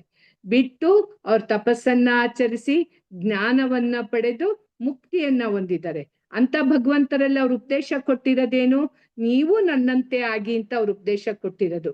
ಆದ್ರಿಂದ ಈ ಸಂಸಾರ ಚಕ್ರದಿಂದ ಇಲ್ಲಿ ಎಷ್ಟೇ ನಾವು ಸುಖ ಅಂತ ಇದ್ರೂ ಕೂಡ ನಾವು ದುಃಖನ ಅನುಭವಿಸ್ತಾನೆ ಇರ್ತೀವಿ. ಪುಣ್ಯ ಪಾಪ ಎರಡನ್ನೂ ನಾವು ಪಡ್ಕೊಂತಾ ಇರ್ತೀವಿ. ಆದ್ರಿಂದ ಅವೆರಡೂ ಇಲ್ದೇ ಇರೋಂಥ ಜಾಗಕ್ಕೆ ನಮ್ಮನ್ನು ಸೇರ್ಸಪ್ಪ ಅಂತ ವಿನಯದಿಂದ ಅಲ್ಲಿ ನಾವು ಪ್ರಾರ್ಥನೆಯನ್ನ ಮಾಡ್ಬೇಕು. ಹಾಗೆ ಪುಂಜ ಇಡೋ ಉದ್ದೇಶ ಏನು? ಪುಂಜ ನಾವು ಯಾಕಪ್ಪ ಇಡ್ತೀವಲ್ಲಿ ಅಂತ ಅಂದ್ರೆ ನಮ್ಮಲ್ಲಿ ಚಂಚಲತೆ ಕಡಿಮೆ ಆಗ್ಬೇಕು. ನೋಡಿ, ನಾವು ಹೋದಾಗ ನಮ್ಮ ಮನ್ಸು ಏನ್ ಮಾಡ್ತಾ ಇರುತ್ತೆ, ಎಲ್ಲೆಲ್ಲೋ ಹೋಗ್ತಾ ಇರುತ್ತೆ. ನೀವು ನಮ್ಗೆ ಆಗ್ಲಿ ದೊಡ್ಡೋರ್ಗೆ ಆಗ್ಲಿ ಹೋಗ್ ಅಲ್ಲಿ ಕುಂತಿದ ತಕ್ಷಣ 1 ಸೆಕೆಂಡು ಭಗವಂತನ ಕಡೆ ನಾವು ಮನ್ಸು ಮಾಡಿದ್ರು, ಇನ್ನೊಂದ್ ಸೆಕೆಂಡು ಯಾರು ಏನ್ ಮಾಡ್ತಿದ್ದಾರೆ, ಅಲ್ಲಿ ಯಾರು ಬಂದ್ರು, ಇವ್ರು ಏನ್ ಮಾಡ್ತಿದ್ದಾರೆ, ನಾನ್ ಮನೆಗೆ ಹೋದ್ರೆ ಏನ್ ಮಾಡ್ಬೇಕು, ಇವೇ ಯೋಚನೆಗಳು ನಮ್ಮಲ್ಲಿ ಮನ್ಸು ಓಡ್ತಾ ಇರುತ್ತಲ್ವಾ. ಅದನ್ನ ಆ ಚಂಚಲತೆನ ಮನ್ಸನ್ನ ಏಕಾಗ್ರತೆ ಒಂದೇ ಕಡೆ ಫೋಕಸ್ ಮಾಡ್ಬೇಕು ಅಂದಾಗ ನಾವೇನ್ ಮಾಡ್ಬೇಕು, ಅಕ್ಕಿನ ತೆಕ್ಕೊಂಡು ಮುಷ್ಟಿನಲ್ಲಿ ಅಕ್ಕಿನ ಹಿಡಿಬೇಕು. ಹೀಗಿಡ್ತಾರೆ ಒಬ್ರೊಬ್ರು, ಅದು ತಪ್ಪು. ಅಕ್ಕಿನ ಹೀಗಿಟ್ಕೊಂಡು ಹೀಗೆ ಇಡ್ಬೇಕು ಅಕ್ಕಿನ. ಆ ಪುಂಜ ಪೂರ್ತಿಯಾಗಿ ಬರ್ಬೇಕಲ್ಲಿ, ಇಡಿಯಾಗಿ ನಾವಲ್ಲಿ ಅಕ್ಕಿನ ಇಡ್ಬೇಕು.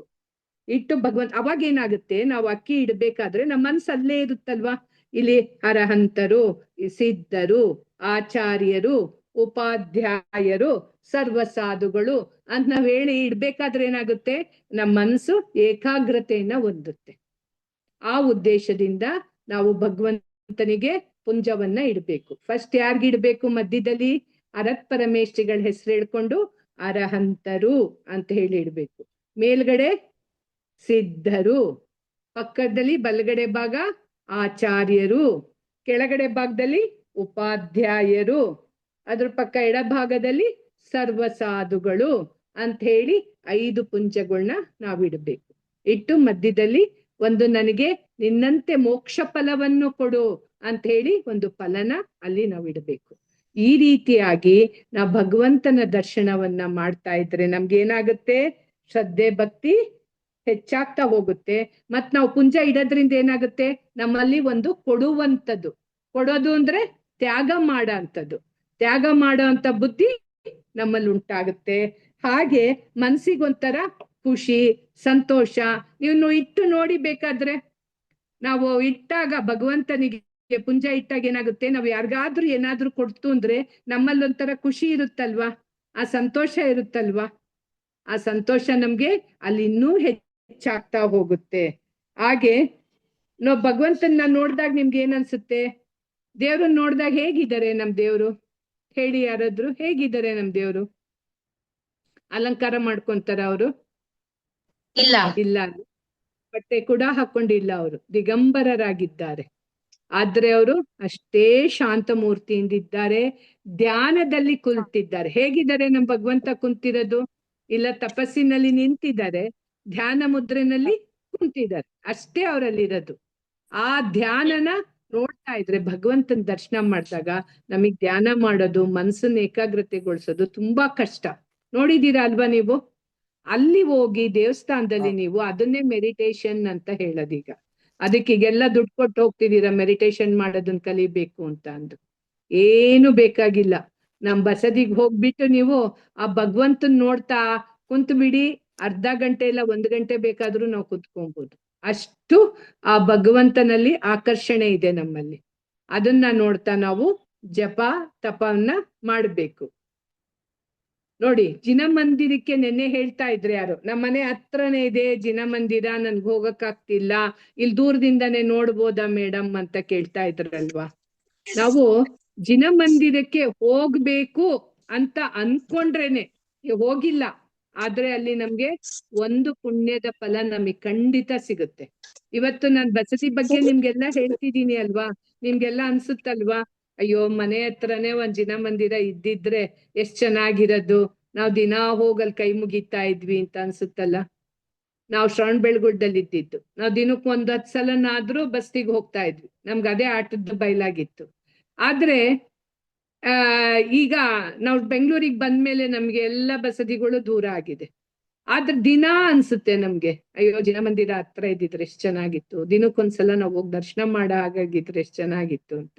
ನಿಮ್ಗೂ ಅಷ್ಟೇ, ಇವನ್ನೆಲ್ಲ ತಿಳ್ಕೊಂಡಾಗ ಏನಾಗುತ್ತೆ, ಜಿನ ಮಂದಿರ ನಮ್ಮ ಮನೆ ಹತ್ರನೇ ಇರ್ಬೇಕಾಗಿತ್ತು ನಾವೊಂದು ಭಾವನೆ ಬಂದ್ರೇನೆ ಸಾಕು ನಿಮ್ಗೆ, ಅದಕ್ಕೆ ಒಂದು ಫಲ, ಒಂದು ಪುಣ್ಯ ನಿಮಗೆ ಖಂಡಿತ ಸಿಗುತ್ತೆ.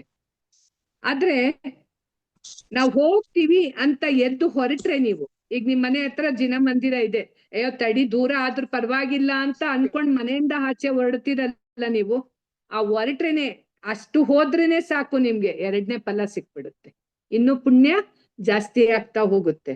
ಆ ಜಿನ ಮಂದಿರನ ನೋಡ್ತೀರಲ್ವಾ ನೀವ್ ಹೋಗ್ತಾ, ಜಿನ ಮಂದಿರ ಎದುರಿಗೆ ಕಾಣಿಸುತ್ತೆ ನಿಮ್ಗೆ, ಅದು ನೋಡಿದ್ರೆ ನಿಮ್ಗೆ ಅದ್ರ ಡಬ್ಬಲ್ 4ನೇ ಪುಣ್ಯ ನಿಮಗ್ ಸಿಕ್ಬಿಡುತ್ತೆ. ಹಾಗೇನೆ ಅಲ್ಲಿ ಹೋದಾಗ ದರ್ಶನ, ಈಗ ಹೇಳಿದ್ನಲ್ಲ, ದರ್ಶನ, ಸ್ತುತಿ, ವಂದನೆ, ಜಪ, ತಪ ಇವನ್ನೆಲ್ಲ ನಾವ್ ಮಾಡಿದ್ರೆ ಏನಾಗುತ್ತೆ, ಅದನ್ನ ನೋಡ್ಬಿಟ್ಟು ನಾವು ಕೈ ಮುಗಿತೀವಲ್ಲ, ಈಗ ಹೇಳಿದ್ನಲ್ಲ, ಒಂದು ಕೈ ಜ್ಞಾನ, ಇನ್ನೊಂದು ಕೈ ಬುದ್ಧಿ, ಇವೆರಡನ್ನು ಜೋಡಿಸ್ಬಿಟ್ಟು ನಾವು ಕೈ ಮುಗಿತೀವಲ್ಲ, ಅದನ್ನ ಮಾಡಿದಾಗ ಏನಾಗುತ್ತೆ, ನಮ್ಗೆ 8 ಫಲ ಸಿಗುತ್ತೆ.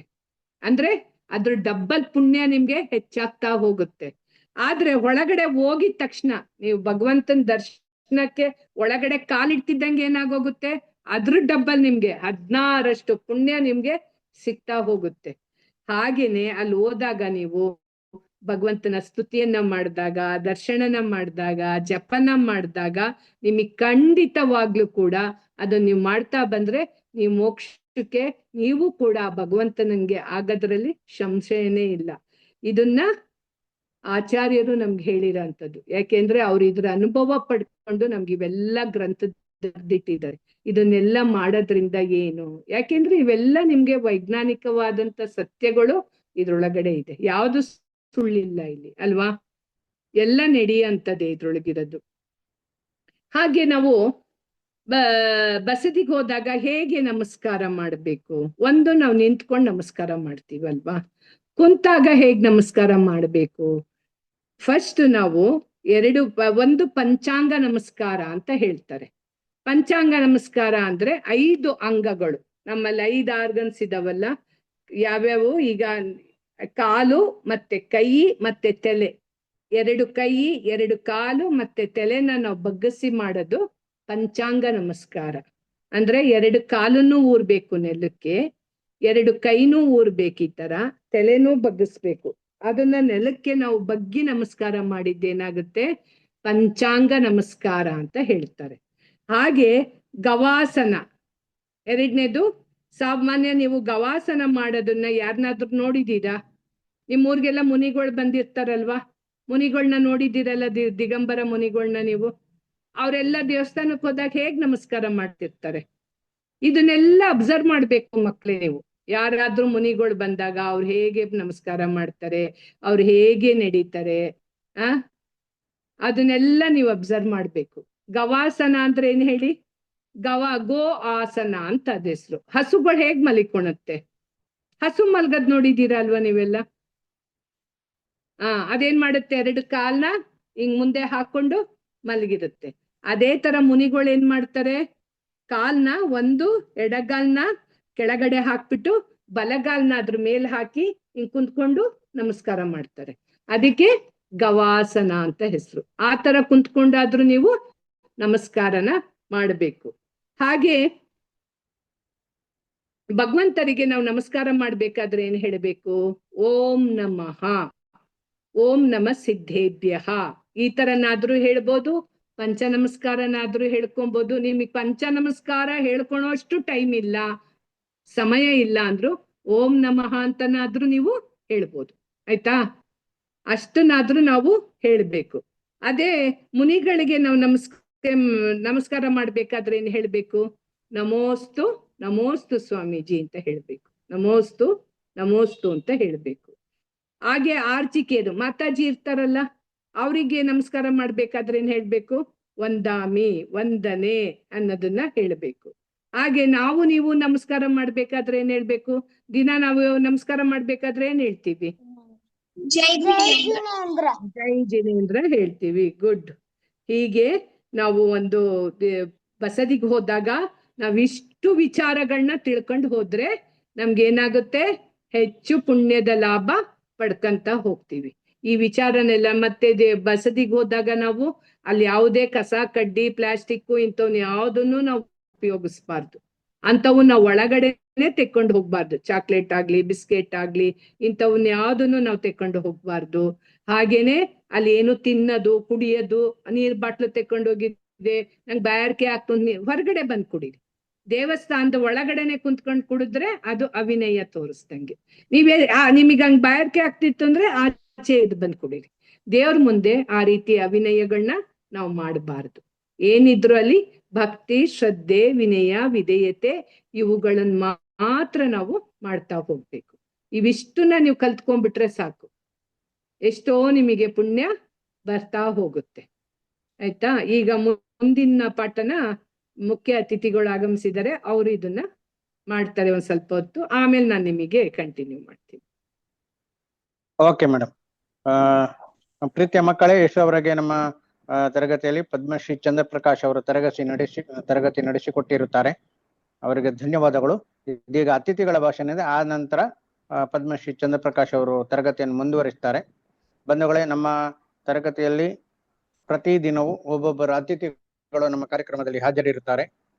ಅವರ ಪ್ರೇರಣಾತ್ಮಕವಾದ ಮಾತುಗಳನ್ನು ಮಕ್ಕಳಿಗಾಗಿ ನಾವು ಆಡಬೇಕೆಂದು ಕೇಳಿಕೊಳ್ಳಿದ್ದೇವೆ.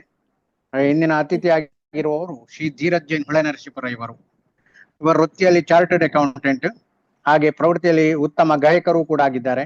ಹಾಗೆ ಜೈನ ಧರ್ಮದ ಸಂಘಟನೆಯಲ್ಲೂ ಕೂಡ ಅತ್ಯುತ್ತಮ ಪಾತ್ರವನ್ನು ನಿರ್ವಹಿಸಿ ಮೆಚ್ಚುಗೆ ಗಳಿಸಿದ್ದಾರೆ. ಹಾಗೆಯೇ ಇತ್ತೀಚೆಗೆ ನಡೆದಂತಹ ವಿಶ್ವಶಾಂತಿ ಯುವ ಸೇವಾ ಸಮಿತಿಯ ಐತಿಹಾಸಿಕ ಕಾರ್ಯಕ್ರಮದ ಮುಖ್ಯ ರೂವಾರಿಗಳಲ್ಲಿ ಇವರು ಕೂಡ ಒಬ್ಬರಾಗಿದ್ದಾರೆ. ಹಾಗೆಯೇ ಇವರು ಸತ್ಪಾತ್ರದಾನಿಗಳೆಂದು ಹೆಸರು ಗಳಿಸಿಕೊಂಡಿದ್ದಾರೆ. ಬಂಧುಗಳೇ, ಶ್ರೀ ಧೀರಜ್ ಜೈನ್ ಹೊಳೆನರಸೀಪುರ ಅತ್ಯಂತ ಸಹೃದಯರು, ಸರಳವಂತರು. ಇದೀಗ ಅವರ ಮಾತುಗಳಿಗೆ ಕಿವಿಯಾಗೋಣ. ನಮಃ ಶ್ರೀ ವರ್ಧಮಾನಾಯ ನಿರ್ಧೂತ ಕಲಿಲಾತ್ಮನಿ ಸಾಲೋಕಾನಾಂ ತ್ರಿಲೋಕಾನಾಂ ಯದ್ವಿದ್ಯಾ ದರ್ಪಣಾಯ ಸರಸ್ವತಿ ನಮಸ್ತುಭ್ಯಂ ವರದೇ ಕಾಮರೂಪಿಣಿ ವಿದ್ಯಾರಂಭಂ ಕರಿಷ್ಯಾಮಿ ಸಿದ್ಧೇರ್ಭವತು ಮೇ ಸದಾ.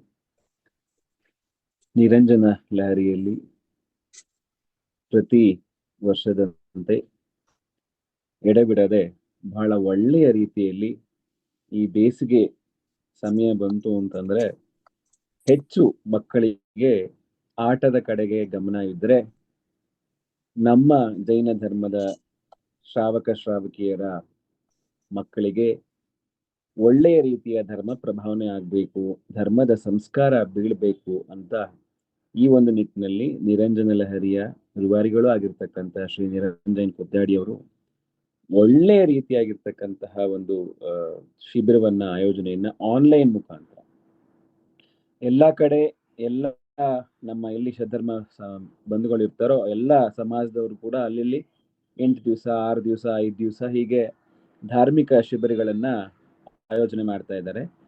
ಕೆಲವರಿಗೆ ಏನಾಗತ್ತೆ, ಒಂದಷ್ಟು ಏರಿಯಾಗಳಲ್ಲಿ ಅವ್ರನ್ನ ಬೇರೆ ಊರುಗಳಿಗೆ ಕಳಿಸ್ಲಿಕ್ಕೆ ಆಗೋದಿಲ್ಲ ಅನ್ನೋ ಸಂದರ್ಭದಲ್ಲಿ ಈ ಆನ್ಲೈನ್ ಅನ್ನುವಂತಹ ಮಾಧ್ಯಮ ಬಹಳನೇ ಉತ್ತೇಜನಕಾರಿ ಹಾಗೂ ಬಹಳ ಸಮಯೋಚಿತವಾದಂಥದ್ದು. ಬಹಳ ಖುಷಿ ಆಗತ್ತೆ. ಯಾಕಪ್ಪ ಅಂತಂದ್ರೆ ನಿಮ್ಗೆ ಎಲ್ಲರಿಗೂ ಕೂಡ ನಮ್ಮ ಧರ್ಮ ಅಂದ್ರೆ ಒಂದು ಹೆಮ್ಮೆ. ಯಾಕೆ ಹೆಮ್ಮೆ ಅಂತಂದ್ರೆ ನಮ್ಮ ಧರ್ಮದಲ್ಲಿ ಹೇಳಿರುವಂತಹ ತತ್ವಗಳನ್ನ ಇಡೀ ಪ್ರಪಂಚ ಒಪ್ಪುವಂಥದ್ದು. ಯಾವುದೇ ಬೇರೆ ಧರ್ಮದವರು ಇಲ್ಲ, ಈ ಧರ್ಮ ಹೇಳ್ತಿರೋದು ಸುಳ್ಳು, ಈ ಧರ್ಮದ ತತ್ವ ಸುಳ್ಳು ಅನ್ನುವಂತಕ್ಕಂಥ ಒಂದೇ ಒಂದು ಲವಲೇಶದಷ್ಟು ತತ್ವಗಳು ನಮ್ಮ ಧರ್ಮದಲ್ಲಿ ಇಲ್ಲ. ಇಡೀ ಪ್ರಪಂಚವೇ ಆ ಒಂದು ತತ್ವಗಳನ್ನ ಒಪ್ಕೊಂಡಿರುವಂತಹದ್ದು. ಅಂತಹ ಒಂದು ಧರ್ಮದಲ್ಲಿ ನಾವು ಹುಟ್ಟಿದ್ದೇವೆ ಅನ್ನೋದೇ ನಮ್ ದೊಡ್ಡ ಹೆಮ್ಮೆ ಅಲ್ವಾ? ಹಾಗಾಗಿ ನಾವುಗಳಾದ್ರೆ ಏನ್ ಮಾಡ್ಬೇಕು, ಏನಪ್ಪ ಅಷ್ಟೊಂದು ದೊಡ್ಡ ಧರ್ಮ ಅಂತೆಲ್ಲ ಮಾತಾಡ್ತಾರೆ, ಇಷ್ಟೊಂದೆಲ್ಲ ಪಾಠ ಮಾಡ್ತಾ ಇದ್ದಾರೆ, ನಮ್ಗೆ ಏನ್ ಅರ್ಥ ಆಗತ್ತೆ ಅಂತಂದ್ರೆ ನಾವುಗಳು ಏನ್ ಮಾಡ್ತೀವೋ ಅದು ಒಳ್ಳೆ ಕಾರ್ಯಗಳನ್ನೇ ಮಾಡ್ಬೇಕು. ಆ ಕಾರ್ಯದಿಂದ ಯಾವ ಜೀವಿಗಳಿಗೂ, ನೋಡಿ ನಾವು ಯಾವ ಜನ ಅಂತ ಹೇಳ್ತಾ ಇಲ್ಲ, ಯಾವ ಜೀವಿಗಳಿಗೂ ಕೂಡ ನೋವು ಆಗ್ಬಾರ್ದು. ನಮ್ಮ ಧರ್ಮದಲ್ಲಿ ಹೇಳಿರತಕ್ಕಂತ ಮೊಟ್ಟ ಮೊದಲ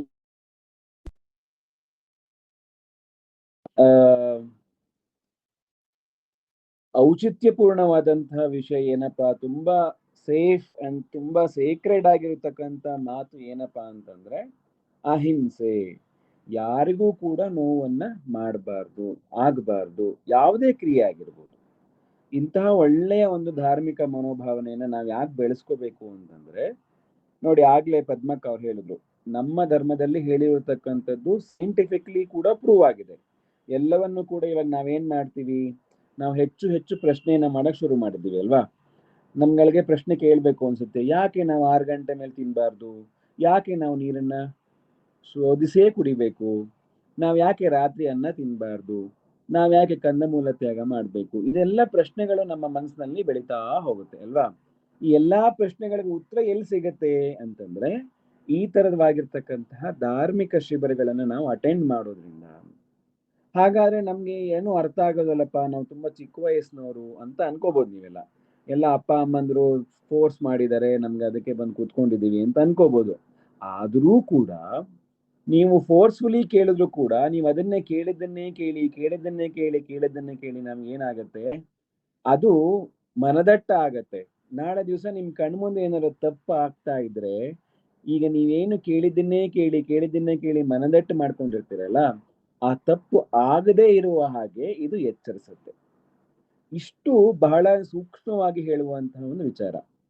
ನಾವ್ ಯಾಕೆ ಯಾವುದೇ ಒಳ್ಳೆ ಕೆಲಸಗಳನ್ನ ಮಾಡಿದ್ರೆ ನಮ್ಗೆ ಪುಣ್ಯ ಬರುತ್ತೆ, ಈ ಕೆಲಸ ಮಾಡಪ್ಪ, ಮನೇಲಿ ಹೇಳ್ತಾರೆ ಅಲ್ವಾ, ಒಂದ್ ಗ್ಲಾಸ್ ನೀರ್ ತಂದ್ಕೊಡು ನಿನಗೆ ಪುಣ್ಯ ಬರುತ್ತೆ, ಒಬ್ರಿಗೆ ಸಹಾಯ ಮಾಡೋ ನಿನಗೆ ಪುಣ್ಯ ಬರುತ್ತೆ. ಯಾಕೆ ಈ ಪುಣ್ಯ ಅಂತಾರೆ ಅಂತಂದ್ರೆ, ಪುಣ್ಯ ಅನ್ನುವಂತಕ್ಕಂಥದ್ದು ಬ್ಯಾಂಕ್ ಬ್ಯಾಲೆನ್ಸ್ ಇದ್ದ ಹಾಗೆ. ಬ್ಯಾಂಕ್ ಅಲ್ಲಿ ದುಡ್ಡು ಜಾಸ್ತಿ ಇದ್ರೆ ನಮ್ಗೆ ಇಂಟ್ರೆಸ್ಟ್ ಬರುತ್ತೋ, ಇಲ್ಲ ಕಡಿಮೆ ಇದೆ ಇಂಟ್ರೆಸ್ಟ್ ಬರುತ್ತೋ. ನಮ್ಗೆ ಬ್ಯಾಂಕಲ್ಲಿ ಯಾವಾಗ ದುಡ್ಡು ಜಾಸ್ತಿ ಆಗ್ತಾ ಹೋಗುತ್ತೋ ಅವಾಗ ಏನಾಗುತ್ತೆ, ನಮ್ಗೊಂದು ಧೈರ್ಯ ಇರುತ್ತೆ. ಅದೇ ರೀತಿಯಲ್ಲಿ ನಾವು ಪುಣ್ಯವನ್ನ ಜಾಸ್ತಿ ಮಾಡ್ಕೊಳ್ತಾ ನಾವು ಧೈರ್ಯವಾಗಿರ್ತೀವಿ. ಯಾಕೆ ಅಂತಂದ್ರೆ, ನಾವೇನೋ ಒಂದ್ ದೊಡ್ಡ ಸ್ವರ್ಗದಲ್ಲಿ ಹೋಗಿ ಇಂದ್ರನಾಗಿ ಹುಟ್ಟುತ್ತೀವಿ ಅಂತನೋ, ಇಲ್ಲ ಮುಂದಿನ ಜನ್ಮದಲ್ಲಿ ದೊಡ್ಡ ಐಶ್ವರ್ಯಾಧಿಪತಿಯಾಗಿಯೋ ಕೋಟ್ಯಾಧಿಪತಿಯಾಗಿ ಹುಟ್ಟುತ್ತೀವಿ ಅಂತನೋ ಅಲ್ಲ. ನಾವು ಮಾಡಿದಂತಹ ಒಳ್ಳೆ ಕೆಲಸದಿಂದ ನಮ್ಗೆ ಇದೇ ಭವದಲ್ಲಿ ಒಳ್ಳೆಯ ರೀತಿಯಲ್ಲಿ ಜೀವನವನ್ನು ನಡೆಸ್ಕೊಂಡು ಹೋಗುವಂತದ್ದಕ್ಕೆ ಎಲ್ಲಾ ರೀತಿಯ ಪ್ರೇರಕ ಶಕ್ತಿಗಳು ಬರ್ಲಿ. ಅದೇ ರೀತಿಯಲ್ಲಿ ನಮ್ಮ ಮರಣ ಕಾಲದಲ್ಲಿ ನಮಗೆ ಒಳ್ಳೆಯ ಜ್ಞಾನಯುಕ್ತವಾಗಿ ಮರಣ ಹೊಂದಿ ಮತ್ತೆ ಮುಂದಿನ ಭವದಲ್ಲಿ ನಾವು ಜೈನರಾಗಿ ಹುಟ್ಟಿ ಭಗವಂತನ ಒಂದು ಧ್ಯಾನವನ್ನ ಮಾಡುವಂತ ಅವಕಾಶ ಸಿಕ್ಕಿ ನಾವು ಕೂಡ ಮೋಕ್ಷಕ್ಕೆ ಹೋಗ್ಬೇಕು ಅನ್ನೋ ಉಪೇಕ್ಷೆಯಿಂದ ಮಾತ್ರ ನಾವು ಪುಣ್ಯವನ್ನ ಗಳಿಸ್ಬೇಕು. ತುಂಬಾ ಸಣ್ಣ ಸಣ್ಣ ವಿಚಾರಗಳನ್ನ ಬಹಳ ಒಳ್ಳೆ ರೀತಿಯಲ್ಲಿ ನಮ್ಗೆಲ್ರಿಗೂ ಕೂಡ ಹೇಳುವಂತಹ ಒಂದು ವಿಚಾರಧಾರೆಗಳನ್ನ ಮುಂದೆ ಶಿಬಿರದಲ್ಲಿ ಹೇಳ್ಕೊಡ್ತಾ ಇದ್ದಾರೆ ನಿಮ್ಗೆ. ಯಾಕಪ್ಪ ನಾವ್ ಹೇಳ್ತಾ ಇದ್ದೀವಿ ಅಂತಂದ್ರೆ, ನಾವುಗಳು ಕೂಡ ಸಣ್ಣ ವಯಸ್ಸಿನಲ್ಲಿದ್ದಾಗ ನಮ್ಮ ತಂದೆ ತಾಯಿಗಳನ್ನ ಬೈಕೊಂಡೆ ಹೋಗ್ತಾ ಇದ್ವಿ ಶಿಬಿರಕ್ಕೆ. ನಮ್ಗೆ ಇವಾಗ ಅರ್ಥ ಆಗ್ತಾ ಇದೆ, ಆ ಶಿಬಿರದಿಂದ ನಾವು ಕಲಿತಂತಹ ಒಂದೊಂದು ಸಣ್ಣ ಸಣ್ಣ ಮಾತುಗಳು ಕೂಡ ನಮ್ಮ ಜೀವನದಲ್ಲಿ ಬಹಳ ದೊಡ್ಡ ಮಟ್ಟಕ್ಕೆ ನಮ್ಮನ್ನ ತಗೊಂಡು ಹೋಗುತ್ತೆ, ಒಳ್ಳೆ ರೀತಿಯ ಕೆಲಸಗಳನ್ನ ಮಾಡೋದಕ್ಕೆ ನಮ್ಗೆ ಪ್ರೇರಣೆಯನ್ನ ನೀಡುತ್ತೆ. ಹಾಗಾಗಿ ನಾವುಗಳೆಲ್ಲ ಏನ್ ಮಾಡ್ಬೇಕು ಅಂತಂದ್ರೆ, ನಮ್ಗೆ ಎಷ್ಟು ಸಾಧ್ಯವಾಗುತ್ತೋ ಅಷ್ಟು ಅರ್ಥಗ್ರಹಣವನ್ನ ಮಾಡ್ಕೊಳ್ಬೇಕು ಮಕ್ಕಳ. ಎಷ್ಟು ಒಳ್ಳೆ ರೀತಿಯಲ್ಲಿ ನಿಮ್ಗೆ ಎಷ್ಟು ಅರ್ಥ ಆಗುತ್ತೋ ಅಷ್ಟು ಅರ್ಥ ಮಾಡ್ಕೊಂಡು, ದಿನಕ್ಕೆ ಅಥವಾ ಮುಂಬರುವಂತಹ ದಿನಗಳಲ್ಲಿ ಅದರಲ್ಲಿ ಯಾವ್ದಾದ್ರು ಒಂದನ್ನ ನೀವು ಪ್ರತಿನಿತ್ಯ ಪಾಲನೆ ಮಾಡ್ಬೇಕು. ಬರೀ ಬೇಸಿಗೆ ಶಿಬಿರ 10 ದಿವಸ 5 ದಿವಸ ಅಟೆಂಡ್ ಮಾಡಿದ್ರೆ ಆಯ್ತಪ್ಪ ನಮ್ ಕೆಲಸ ಮುಗೀತು ಅಂತ ಆಗ್ಬಾರ್ದು. ಅದನ್ನ ನೀವು ಎವ್ರಿ ಡೇ ನಿಮ್ಮ ಡೇ ಟು ಡೇ ಲೈಫ್ ನಲ್ಲಿ ಅದನ್ನ ನೀವು ಅನುಸರಣೆ ಮಾಡ್ಬೇಕು, ಅದನ್ನ ಪ್ರಾಕ್ಟೀಸ್ಗೆ ತಗೊಂಡ್ಬರ್ಬೇಕು. ಅವಾಗ ನೀವು ಈ ಕ್ಲಾಸ್ನ ಅಟೆಂಡ್ ಆಗಿದ್ದಕ್ಕೂ ಒಂದು ಒಳ್ಳೆ ರೀತಿಯ ಸಾರ್ಥಕತೆ ಇರುತ್ತೆ. ಕ್ಲಾಸನ್ನ ಆರ್ಗನೈಸ್ ಮಾಡಿದಂಥವ್ರಿಗೂ ಕೂಡ ಒಂದು ಧನ್ಯತಾ ಭಾವನೆ ಇರುತ್ತೆ. ಹಾಗಾಗಿ ಎಲ್ಲರೂ ಕೂಡ ಒಳ್ಳೆಯ ಮನಸ್ಸಿನಿಂದ ತುಂಬಾ ಚೆನ್ನಾಗಿ ಶಿಬಿರವನ್ನ ಅಟೆಂಡ್ ಮಾಡಿ ಒಂದು ಒಳ್ಳೆಯ ಒಂದು ಕಾರ್ಯಕ್ರಮವನ್ನ ನೀವೆಲ್ಲರೂ ಭಾಗವಹಿಸ್ತಾ ಇದ್ದೀರಾ. ಒಳ್ಳೊಳ್ಳೆ ಉತ್ತಮವಾದಂತಹ ನಮ್ಮ ಶಿಬಿರಾರ್ಥಿಗಳಿಗೆ ಉಪನ್ಯಾಸವನ್ನು ನೀಡೋದಕ್ಕೆ ಪದ್ಮಕ್ಕ ಆಗಿರ್ಬೋದು, ಸುಮಾ ಮೇಡಮ್ ಆಗಿರ್ಬೋದು, ಇವರೆಲ್ಲರೂ ಕೂಡ ಅವರು ತಮ್ಮ ಜೀವನದಲ್ಲಿ ಏನು ಆಚರಣೆಯನ್ನ ಮಾಡಿದ್ದಾರೋ ಆ ಆಚರಣೆಯಿಂದ ಬಂದಂತ ಅನುಭವಗಳಿಂದ ನಿಮ್ಗೆ ಹೇಳ್ಕೊಡ್ತಾ ಇದ್ದಾರೆ. ಬರೀ ಪುಸ್ತಕ ಓದಿ ಹೇಳ್ತಾ ಇಲ್ಲ, ಆಚರಣೆಯ ಮೂಲಕ ಅವರಿಗಾದಂತಹ ಅನುಭವನ ಎಕ್ಸ್ಪೀರಿಯನ್ಸ್ ಅನ್ನ ನಿಮ್ಮ ಮುಂದೆ ಶೇರ್ ಮಾಡ್ಕೊಳ್ತಾ ಇರೋದ್ರಿಂದ ಅದು ಬಹಳನೇ ಫ್ರೂಟ್ಫುಲ್ ಅಂತಂದ್ರೆ ನಿಮ್ಗೆ ಫಲಪ್ರದವಾಗತ್ತೆ. ಹಾಗಾಗಿ ಒಳ್ಳೆ ರೀತಿಯಲ್ಲಿ ಶಿಬಿರವನ್ನ ಅಟೆಂಡ್ ಮಾಡಿ ಬಹಳ ಒಳ್ಳೆಯ ಕೆಲಸಗಳನ್ನ ಮಾಡ್ತಾ ಇದ್ದೀರಾ. ನಿಮ್ಮ ಕೆಲಸಗಳಿಗೆ ನಾವು ಯಾವಾಗ್ಲೂ ಕೂಡ ಸಪೋರ್ಟ್ ಮಾಡ್ತೀವಿ ಅಂತ ಹೇಳ್ತಾ, ಈ ಒಂದು ಸಮಯದಲ್ಲಿ ನನ್ನ ಮಾತನ್ನ ಕೇಳಿಸ್ಕೊಂಡಂತ ನಿಮ್ಗೆಲ್ಲರಿಗೂ ಹಾಗೂ ಮಾತಾಡ್ಲಿಕ್ಕೆ ಅವಕಾಶವನ್ನು ಮಾಡಿಕೊಟ್ಟಂತಹ ನಿರಂಜನ ಲಹರಿ ಮಾಧ್ಯಮದ ರೂವಾರಿಗಳು ಆಗಿರ್ತಕ್ಕಂಥ ಶ್ರೀ ನಿರಂಜನ್ ಜೈನ್ ಕುದ್ಯಾಡಿಯವರಿಗೂ ಹಾಗೂ ಇವತ್ತಿನ ಶಿಬಿರವನ್ನ ಕ್ಲಾಸ್ ಅನ್ನ ತಗೊಳ್ತಿರತಕ್ಕಂತಹ ನಮ್ಮ ಪದ್ಮಕ್ಕ ಅವ್ರಿಗೂ ಹಾಗೂ ಸುಮಾ ಮೇಡಮ್ ಅವ್ರಿಗೂ ಕೂಡ ನಾನು ಹೃತ್ಪೂರ್ವಕವಾದಂತಹ ಧನ್ಯವಾದಗಳನ್ನ ಹೇಳ್ತಾ, ಎಲ್ಲ ಪೇರೆಂಟ್ಸ್ಗಳು ಕೂಡ ಯಾರು ಯೂಟ್ಯೂಬ್ ನಲ್ಲಿ ನೋಡ್ತಾ ಇದ್ದೀರಾ ಹಾಗೆ ಯಾರೆಲ್ಲ ಪೇರೆಂಟ್ಸ್ಗಳಿದ್ದೀರಾ ಎಲ್ರಿಗೂ ಕೂಡ ಮತ್ತೊಮ್ಮೆ ಧನ್ಯವಾದಗಳನ್ನ ಹೇಳ್ತಾ ಜೈ ಜಿನೇಂದ್ರಗಣ್ಣನ್ ಹೇಳ್ತಾ ತಮ್ಮ ಪ್ರೇರಣಾದಾಯಕವಾದ ಮಾತುಗಳಿಗೆ ಧನ್ಯವಾದಗಳನ್ನು ಅರ್ಪಿಸುತ್ತಿದ್ದೇನೆ. ಹಾಗೆಯೇ ತಮ್ಮ ಸಹಕಾರ ನಿರಂತರವಾಗಿ ನಮ್ಮ ಕಾರ್ಯಕ್ರಮಗಳಿಗೆ ಇರಲಿ ಎಂದು ನಾವು ಬಯಸುತ್ತೇವೆ. ಧನ್ಯವಾದಗಳು ಸರ್. ಮಕ್ಕಳೇ, ಇದೀಗ ನಮ್ಮ ತರಗತಿಯನ್ನು ಪದ್ಮಶ್ರೀ ಚಂದ್ರಪ್ರಕಾಶ್ ಮೇಡಮ್ ಅವರು ಮುಂದುವರಿಸಬೇಕಾಗಿ ತಮ್ಮಲ್ಲಿ ವಿನಮ್ರ ಪೂರ್ವಕವಾದ ವಿನಂತಿ ಮೇಡಮ್. ಧೀರಜ್ ಅವರು ಇಷ್ಟೊತ್ತು ಮಕ್ಕಳಿಗೆ ಹೇಗೆ ನಾವು ಅದನ್ನ ನಮ್ಮ ಜೀವನದಲ್ಲಿ ಅಳವಡಿಸ್ಕೊಬೇಕು, ಯಾವ್ದಕ್ಕೋಸ್ಕರ ಈ ಧರ್ಮ ಪಾಠ ನಡೀತಾ ಇದೆ ಅನ್ನೋದನ್ನ ನಿಮ್ಗೆಲ್ಲ ಚೆನ್ನಾಗಿ ತಿಳಿಸ್ಕೊಟ್ರು. ನಿಜವಾಗ್ಲೂ ಅವರು ಕೂಡ ಆ ರೀತಿಯಾದಂತ ಒಂದ್ ಒಳ್ಳೆ ವಾತಾವರಣದಲ್ಲೇ ಬೆಳೆದು ಬಂದು ಅದನ್ನೇ ಅವ್ರು ಪರಿಪಾಲನೆ ಮಾಡ್ತಾ ಇರೋದ್ರಿಂದ ಅದನ್ನು ನಿಮ್ಗೆ ತಿಳಿಸಿದ್ದಾರೆ. ಇದನ್ನೆಲ್ಲ ಮುಂದೆ ಮಕ್ಕಳೇ ನೀವು ಕೂಡ ಅದೇ ರೀತಿ ಮನಸ್ಸಿನಲ್ಲಿ ಇಟ್ಕೊಂಡು ಅವನ್ನೆಲ್ಲ ಪರಿಪಾಲನೆ ಮಾಡಿದಾಗ ನಿಮ್ಗೂ ಕೂಡ ಒಂದ್ ಒಳ್ಳೆ ಉದ್ಯೋಗ ಇರ್ಬೋದು, ಒಳ್ಳೆ ವಾತಾವರಣ ಇರ್ಬೋದು, ಒಳ್ಳೆ ಕೆಲಸ ಮಾಡೋದಿಕ್ಕೆ ಅವಕಾಶಗಳಾಗಿರ್ಬೋದು, ಎಲ್ಲ ಸಿಗುತ್ತೆ ನಿಮ್ಗೆ. ಇವತ್ತು ನೀವೇನ್ ಚಿಕ್ಕ ಮಕ್ಕಳಿದ್ದೀರಾ, ನೀವು ಒಳ್ಳೆ ಜಾಗದಲ್ಲಿ ಓದ್ತೀರಾ, ಅದೇ ರೀತಿ ನಿಮಗೆ ಸ್ನೇಹಿತರು ಕೂಡ ಸಿಗ್ತಾರೆ. ನೀವ್ ಯಾವಾಗ ಒಳ್ಳೆ ಭಾವನೆಗಳನ್ನ ಮಾಡ್ತಾ ಇರ್ತೀರಾ ಅದ್ರ ತಕ್ಕಂಗೆ ನಿಮ್ಗೆ ಸ್ನೇಹಿತರು ಕೂಡ ಅಂತ ನಿಮಗೆ ಸರಿ ಬಂದಂತ ಸ್ನೇಹಿತರೇ ಸಿಗ್ತಾರೆ. ವಾತಾವರಣನೂ ಹಾಗೆ ಇರುತ್ತೆ. ಇವತ್ ನೀವೇನ್ ಧರ್ಮದ ಕೆಲಸ ಮಾಡ್ಬೇಕು ಅಂತ ನಿಮ್ ಮನಸ್ಸಿನಲ್ಲಿ ನಿರ್ಧಾರ ಮಾಡ್ಕೊಂತೀರಾ, ಅದೇ ರೀತಿಯಾಗಿ ನಿಮ್ಗೆ ಆ ವಾತಾವರಣ ಕೂಡ ಸಿಗ್ತಾ ಹೋಗುತ್ತೆ. ಇದಕ್ಕೆ ಅನೇಕ ಜನರ ಉದಾಹರಣೆನ ನಾವು ಇದು ಕೊಡ್ತಾ ಹೋಗ್ಬೋದು. ಆದ್ರೆ ಈಗ ನಾನು ನಿಮ್ಗೆ ಬಸದಿ ಬಗ್ಗೆ ಹೇಳ್ತಾ ಇದ್ದೆ. ಹಾಗೆ ಅಲ್ಲಿ ಮಂತ್ರನ ಯಾತಕ್ಕೆ ನಾವು ಉಚ್ಚಾರಣೆ ಮಾಡ್ಬೇಕು, ಜಪನ ಯಾತಕ್ಕೆ ಮಾಡ್ಬೇಕು ಅದನ್ನ ಹೇಳ್ತಾ ಇದ್ದೆ. ಯಾಕೆಂದ್ರೆ ನಾವು ಮಂತ್ರಗಳನ್ನ ಹೇಳಿದಾಗ ಆ ಮಂತ್ರದಲ್ಲಿ ಬೀಜಾಕ್ಷರ ಮಂತ್ರಗಳಲ್ಲಿ ಏನ್ ಶಕ್ತಿ ಇರುತ್ತೆ ಅನ್ನೋದು ನೀವೆಲ್ಲ ತಿಳಿದಿರಂಗೆ ಭಕ್ತಾಂಬರ ನಿನ್ನೆ ಒಬ್ರು ಪ್ರಾರ್ಥನೆ ಮಾಡಿದ್ರು. ವಸಗಹರಂ ಪಾಸಂ ಪಾಸಂ ಮಂದಾಮಿ ಕಮಗಾಣ ಮುಕ್ಕಂ, ಅದು ಪ್ರಾಕೃತದೊಂದು ಪಾರ್ಶ್ವನಾಥ ಸ್ವಾಮಿ ಶ್ಲೋಕ. ಅದು ತುಂಬಾ ಪವರ್ಫುಲ್ ಆಗಿರುವಂತ ಶ್ಲೋಕ. ಅದು ಆಕ್ಚುಲಿ ಅದನ್ನ ದಿನಾ ನೀವ್ ಹೇಳ್ಕೊಂಡ್ರೆ ನಿಮ್ಗೆ ಎಂತ ಕಷ್ಟಗಳು ಕೂಡ ಬರೋದಿಲ್ಲ, ಯಾವ ಕಷ್ಟನೂ ಬರಲ್ಲ, ಯಾವ ರೋಗಗಳು ಕೂಡ ಬರಲ್ಲ. ಅಷ್ಟು ಪವರ್ಫುಲ್ ಆಗಿರುವಂತ ಒಂದು ಸ್ತೋತ್ರ ಅದು. ನಿನ್ನೆ ಒಬ್ರು ಅದು ವಿದ್ಯಾರ್ಥಿನಿ ಹೇಳಿದ್ರು, ನನಗೆ ತುಂಬಾ ಸಂತೋಷ ಆಯ್ತು. ಯಾಕೆಂದ್ರೆ ಆ ಸ್ತೋತ್ರನ ನಾನು ದಿನ ಕೂಡ ಪಠನೆ ಮಾಡ್ತೀನಿ. ಅಷ್ಟು ಒಳ್ಳೆ ಒಂದು ಸ್ತೋತ್ರನ ಚಿಕ್ಕ ವಯಸ್ಸಿಗೆ ಹುಡುಗಿ ಕಲ್ತಿದ್ದಾಳೆ. ಅದೇ ರೀತಿಯಾಗಿ ನೀವು ಕೂಡ ಅನೇಕ ಈ ರೀತಿಯ ನಮ್ಮಲ್ಲಿರುವಂತಹ ತುಂಬಾ ಶಕ್ತಿ ಇರುವಂತಹದ್ದು ಆ ಮಂತ್ರಗಳನ್ನ ಹೇಳ್ತಾ ಇದ್ರೆ ನಿಮ್ಮಲ್ಲಿ ತುಂಬಾ ಪಾಸಿಟಿವ್ ಎನರ್ಜಿ ಬರುತ್ತೆ, ಮತ್ತೆ ಯಾವುದೇ ತೊಂದರೆಗಳು ಕೂಡ ಬರೋದಿಲ್ಲ. ಅದ್ರೊಳಗೆ ಮೊದಲನೇದಾಗಿ ನಮೋಕಾರ ಮಂತ್ರ, ಎರಡನೇದಾಗಿ ನಾವೇನ ಹೇಳ್ತೀವಿ ಸಾಮಾನ್ಯ ಎಲ್ರು ಮನೇಲಿ ಅಜ್ಜಿದೀರ್ ಹೇಳ್ತಾ ಇರ್ತಾರೆ, ತಾಯ್ದೀರ್ ಹೇಳ್ತಾ ಇರ್ತಾರೆ, ನೀವು ಕೇಳಿರ್ಬೋದಲ್ಲ ಭಕ್ತಾಂಬರ ಸ್ತೋತ್ರ, ಅದೆಲ್ರಿಗೂ ಗೊತ್ತಿರುತ್ತೆ ಸಾಮಾನ್ಯ. ಅದು ನೆಕ್ಸ್ಟ್ ವಿಷಪಹಾರ ಸ್ತೋತ್ರ ಅಂತಾನೂ ಒಂದಿದೆ ನಮ್ಮಲ್ಲಿ. ಧನಂಜಯ ಕವಿನವರು ಅದನ್ನ ಬರ್ದಂತಹ ಪಠನ ಮಾಡಿದಂತ ಸ್ತೋತ್ರ ಅದು.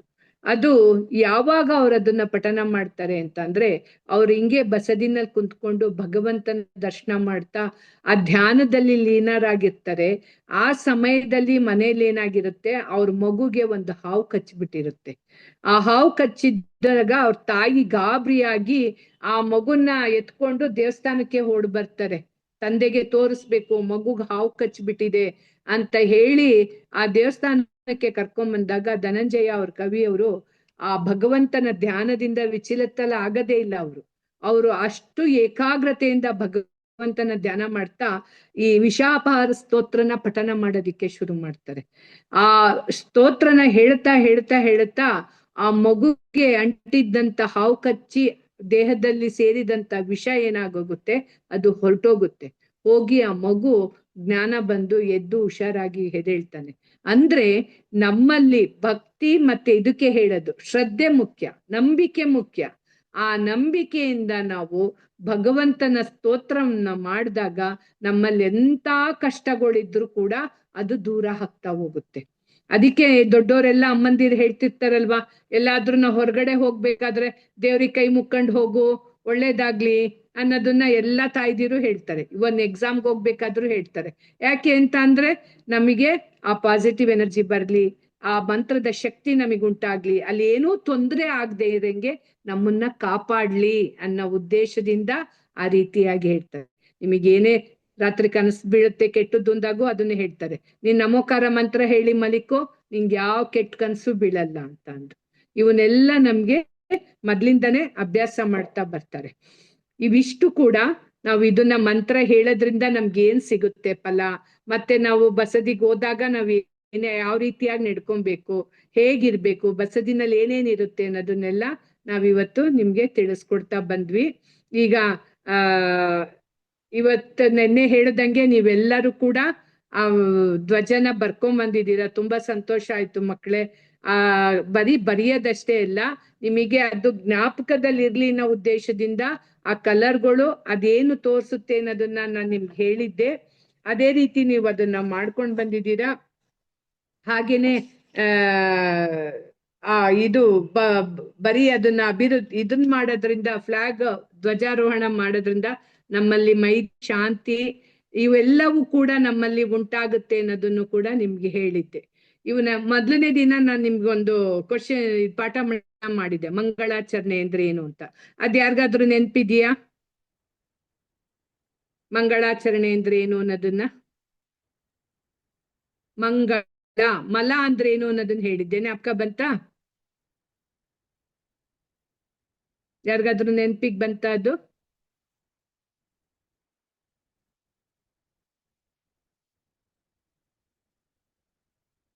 ಮಲ ಅಂದ್ರೆ ಏನು ಅನ್ನೋದು?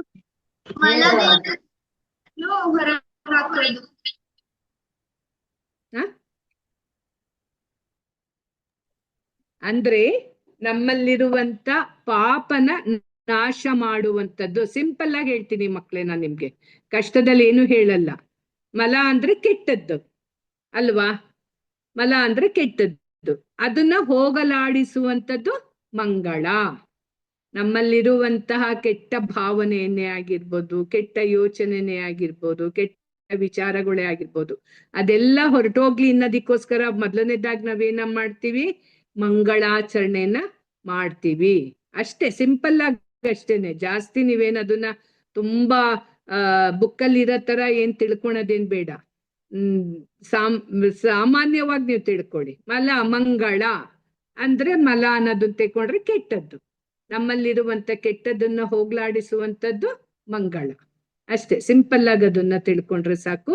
ನೆಕ್ಸ್ಟ್ ಡೇ ಪಾಠ ಮಾಡಿದ್ದೆ ಆದ್ರೂ ಪಂಚಪರಮೇಷ್ಠಿಗಳ ಬಗ್ಗೆ ಸುಮಾ ಮೇಡಮ್ ಹೇಳಿದ್ರಲ್ವಾ? ಅರಹಂತರು, ಸಿದ್ಧರು, ಆಚಾರ್ಯರು, ಅವ್ರಿಗೆ ಎಷ್ಟು ಗುಣಗಳಿವೆ, ಅದನ್ನ ನಾವು ಹೇಗೆ ಇದನ್ನ ಮಾಡ್ಬೇಕು ಅನ್ನೋದನ್ನ ಹೇಳಿದ್ರು. ಆಮೇಲೆ ನಿನ್ನೆ ನಾವು ಬಸದಿಗೆ ಹೋಗ್ಬೇಕಾದ್ರೆ ಏನೇನಿರುತ್ತೆ ಅನ್ನೋದನ್ನ ಹೇಳಿ. ಯಾರಾದ್ರೂ ಈಗ ಹೇಳ್ತೀರಾ? ಇವಾಗ ಕೇಳಿದ್ದನ್ನ ಇವಾಗೇ ಹೇಳಿದ್ರೆ ಹೇಳೋದಿಕ್ ನಿಮ್ಗೆ ಈಸಿ ಆಗುತ್ತೆ. ಬಸದಿಗೆಯಲ್ಲಿ ಏನೇನಿರುತ್ತೆ, ನಾವ್ ಹೇಗ್ ಹೋಗ್ಬೇಕು ಅನ್ನೋದನ್ನ ಯಾರಾದ್ರೂ ಒಬ್ರು ಸಿಂಪಲ್ ಆಗಿ ಹೇಳಿ. ಏನ್ ಕಷ್ಟವಾಗಿ ಪಟ್ಕೊಂಡೇನು ಹೇಳ್ಬೇಡಿ. ನಿಮ್ಗೆ ಏನ್ ತಿಳ್ಕೊಂಡಿದೀರಾ ಅದನ್ನ ಹೇಳಿ. ಯಾರಾದ್ರೂ ಒಬ್ರು ಹೇಳಿ, ನಾವು ಪಾಠ ಮಾಡಿದಿಕ್ಕೂ ಇದಾಗುತ್ತೆ. ಮಡಿ ಬಟ್ಟೆ ಹಾಕೊಂಡ್ ಹೋಗ್ಬೇಕು. ಹೌದು ಮ್ಯಾಮ್, ಸ್ಲಿಪ್ಪರ್ಸ್ ಬಿಟ್ಟು ಹೋಗ್ಬೇಕು.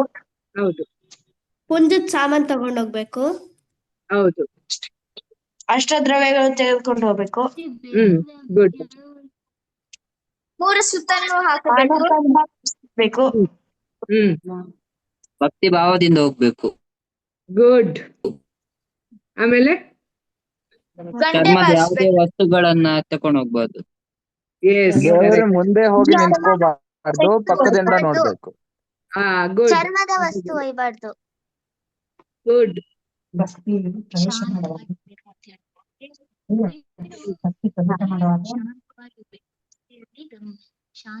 ದೇವಸ್ಥಾನ ಬಸದಿನಲ್ಲಿ ನಿಸೆಯನ್ನು ಮೂಸರಿ ಹೇಳ್ಬೇಕು.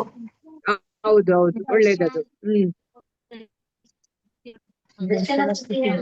ದರ್ಶನ ಸ್ತುತಿ ಹೇಳ್ಬೇಕು. Very good, very good. ಬರುತ್ತೆ ಯಾರಿಗಾದ್ರೂ ದರ್ಶನ ಸ್ತುತಿಯಲ್ಲಿ? ಯಾರು ಬರುತ್ತೋ ಒಬ್ರು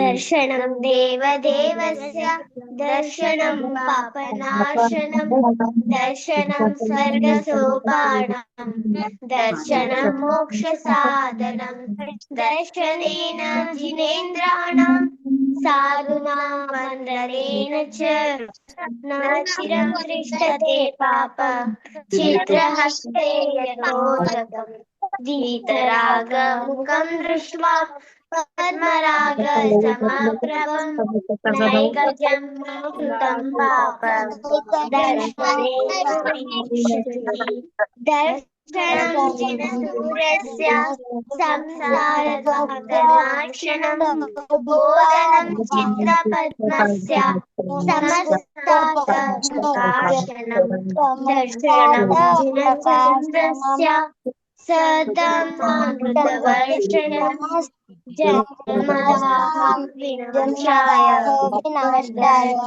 ದುಃಖವಾರಿದೆ ಜೀವಾದಿ ತತ್ವ ಪ್ರತಿದರ್ಶಕಾಯ ಸಮ್ಯಕ್ತ್ವಮುಖ್ಯಶ್ವಗುಣಾಶ್ರಯಾಯ ಪ್ರಶಾಂತರೂಪಾಯ ದಿಗಂಬರಾಯ ದೇವಾದಿದೇವಾಯ ನಮೋ ಜಿನಾಯ ಚಿದಾನಂದೈಕರೂಪಾಯ ಜಿನಾಯ ಪರಮಾತ್ಮನೇ ಪರಮಾತ್ಮ ಪ್ರಕಾಶಾಯ ನಿತ್ಯಂ ಸಿದ್ಧಾತ್ಮನೇ ನಮಃ ಅನ್ಯತಾ ಶರಣಂ ನಾಸ್ತಿ ತ್ವಮೇವ ಶರಣಂ ಮಮ ತಸ್ಮಾತ್ ಕಾರುಣ್ಯಭಾವೇನ ರಕ್ಷ ರಕ್ಷ ಜಿನೇಶ್ವರ ನಹಿದ್ರಾತ್ರ ನಹಿದ್ರಾತ್ರ ನಹಿದ್ರಾತ್ರ ಜಗತ್ರಯೇ ವಿತರಾಗಾತ್ಪರೋ ದೇವೋ ನ ಭೂತೋ ನ ಭವಿಷ್ಯತಿ जिनेर भक्ति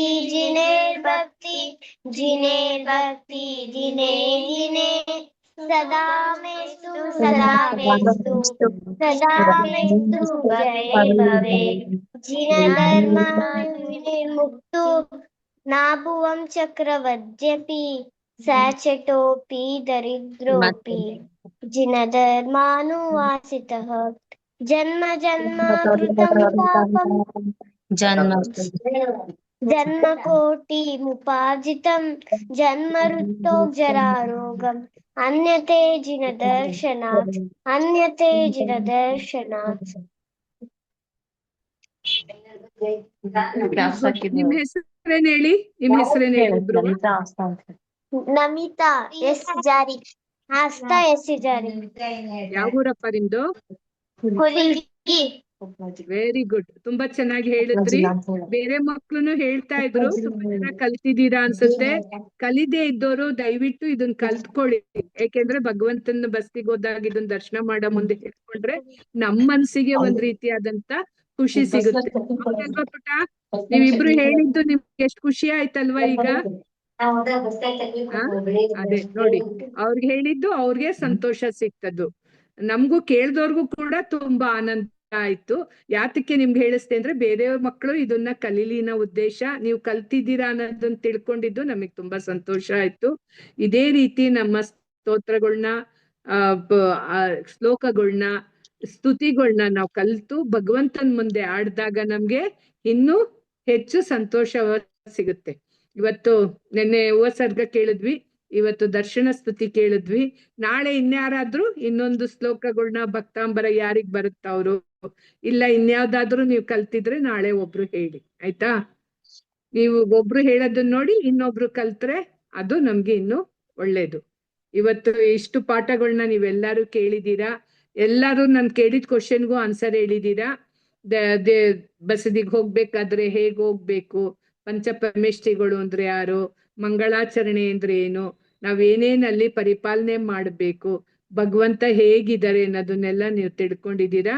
ನಾಳೆ ನಾನು ಮುಂದಿನ ಪಾಠನ ಸುಮಾ ಮೇಡಮ್ಮು ನಾಳೆ ಮಾಡ್ತಾರೆ ನಿಮ್ಗೆ, ಆಯ್ತಾ?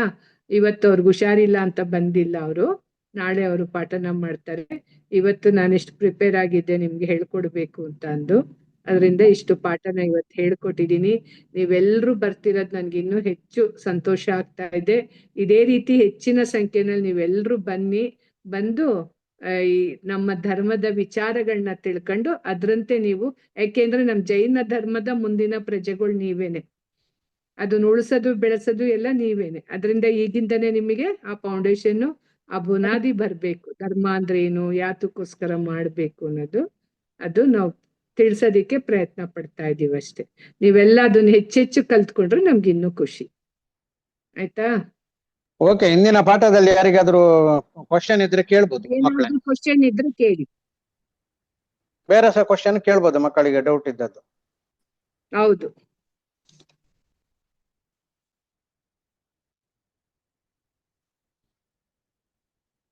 ಏನಾದ್ರೂ ಇದೆಯಾ? ಮ್ಯಾಮ್ ಏನು ಹೇಳ್ತೀರಾ? ಯಾರೋ ಹೇಳಿದ್ರಿ ಅಲ್ಲಿ ಇದು ಬಸದಿಗೆ ಹೋಗ್ಬೇಕಾದ್ರೆ ನಾವು ಅಷ್ಟ ವಿಧಾರ್ಚನೆಗಳ್ದು ಇದನ್ನ ತೆಕ್ಕೊಂಡು ಹೋಗ್ಬೇಕು ಅಂತ. ಅದೇನು ಅನ್ನೋದು ಯಾರಿಗಾದ್ರೂ ಗೊತ್ತಾ? 8 ದ್ರವ್ಯಗಳು ಯಾವ್ದು ಅನ್ನೋದು ಯಾರಿಗಾದ್ರೂ ಗೊತ್ತಾ? ಹೇಳಿ. ಜಲ, ಜಲ, ಗಂಧ, ಅಕ್ಷತೆ, ಚರ್ಮ, ದೀಪ, ಧೂಪ, ಫಲ. Good good, very good. ಅದನ್ನ ಕ್ರಮವಾಗಿ ಹೇಳ್ಬೇಕು. ಮೊದಲನೇದು ಜಲ, ಎರಡನೇದು ಗಂಧ, ಅಕ್ಷತೆ, ನಾಲ್ಕನೇದು ಪುಷ್ಪ, ಪುಷ್ಪ, ಅಕ್ಷತೆ ಆದ್ಮೇಲೆ ಪುಷ್ಪ, ಐದನೇದು ಚೆರು, ಆರನೇದು ದೀಪ, ಏಳನೇದು ಧೂಪ, 8 ಫಲ. ಇವೆಂಟನ್ನು ಸೇರಿಸಿಡೋದು ಅರ್ಘ್ಯ ಅಲ್ವಾ?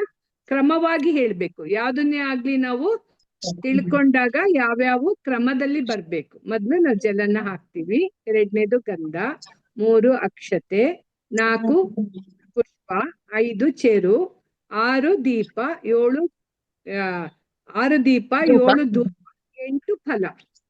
ಇವಿಷ್ಟು ನಾವು ಭಗವಂತನಿಗೆ ಅಷ್ಟಕದಲ್ಲಿ ಅರ್ಪಿಸುವಂತ ಅರ್ಘ್ಯದ ವಿಚಾರಗಳಾಗಿದೆ. ಆಯ್ತಾ?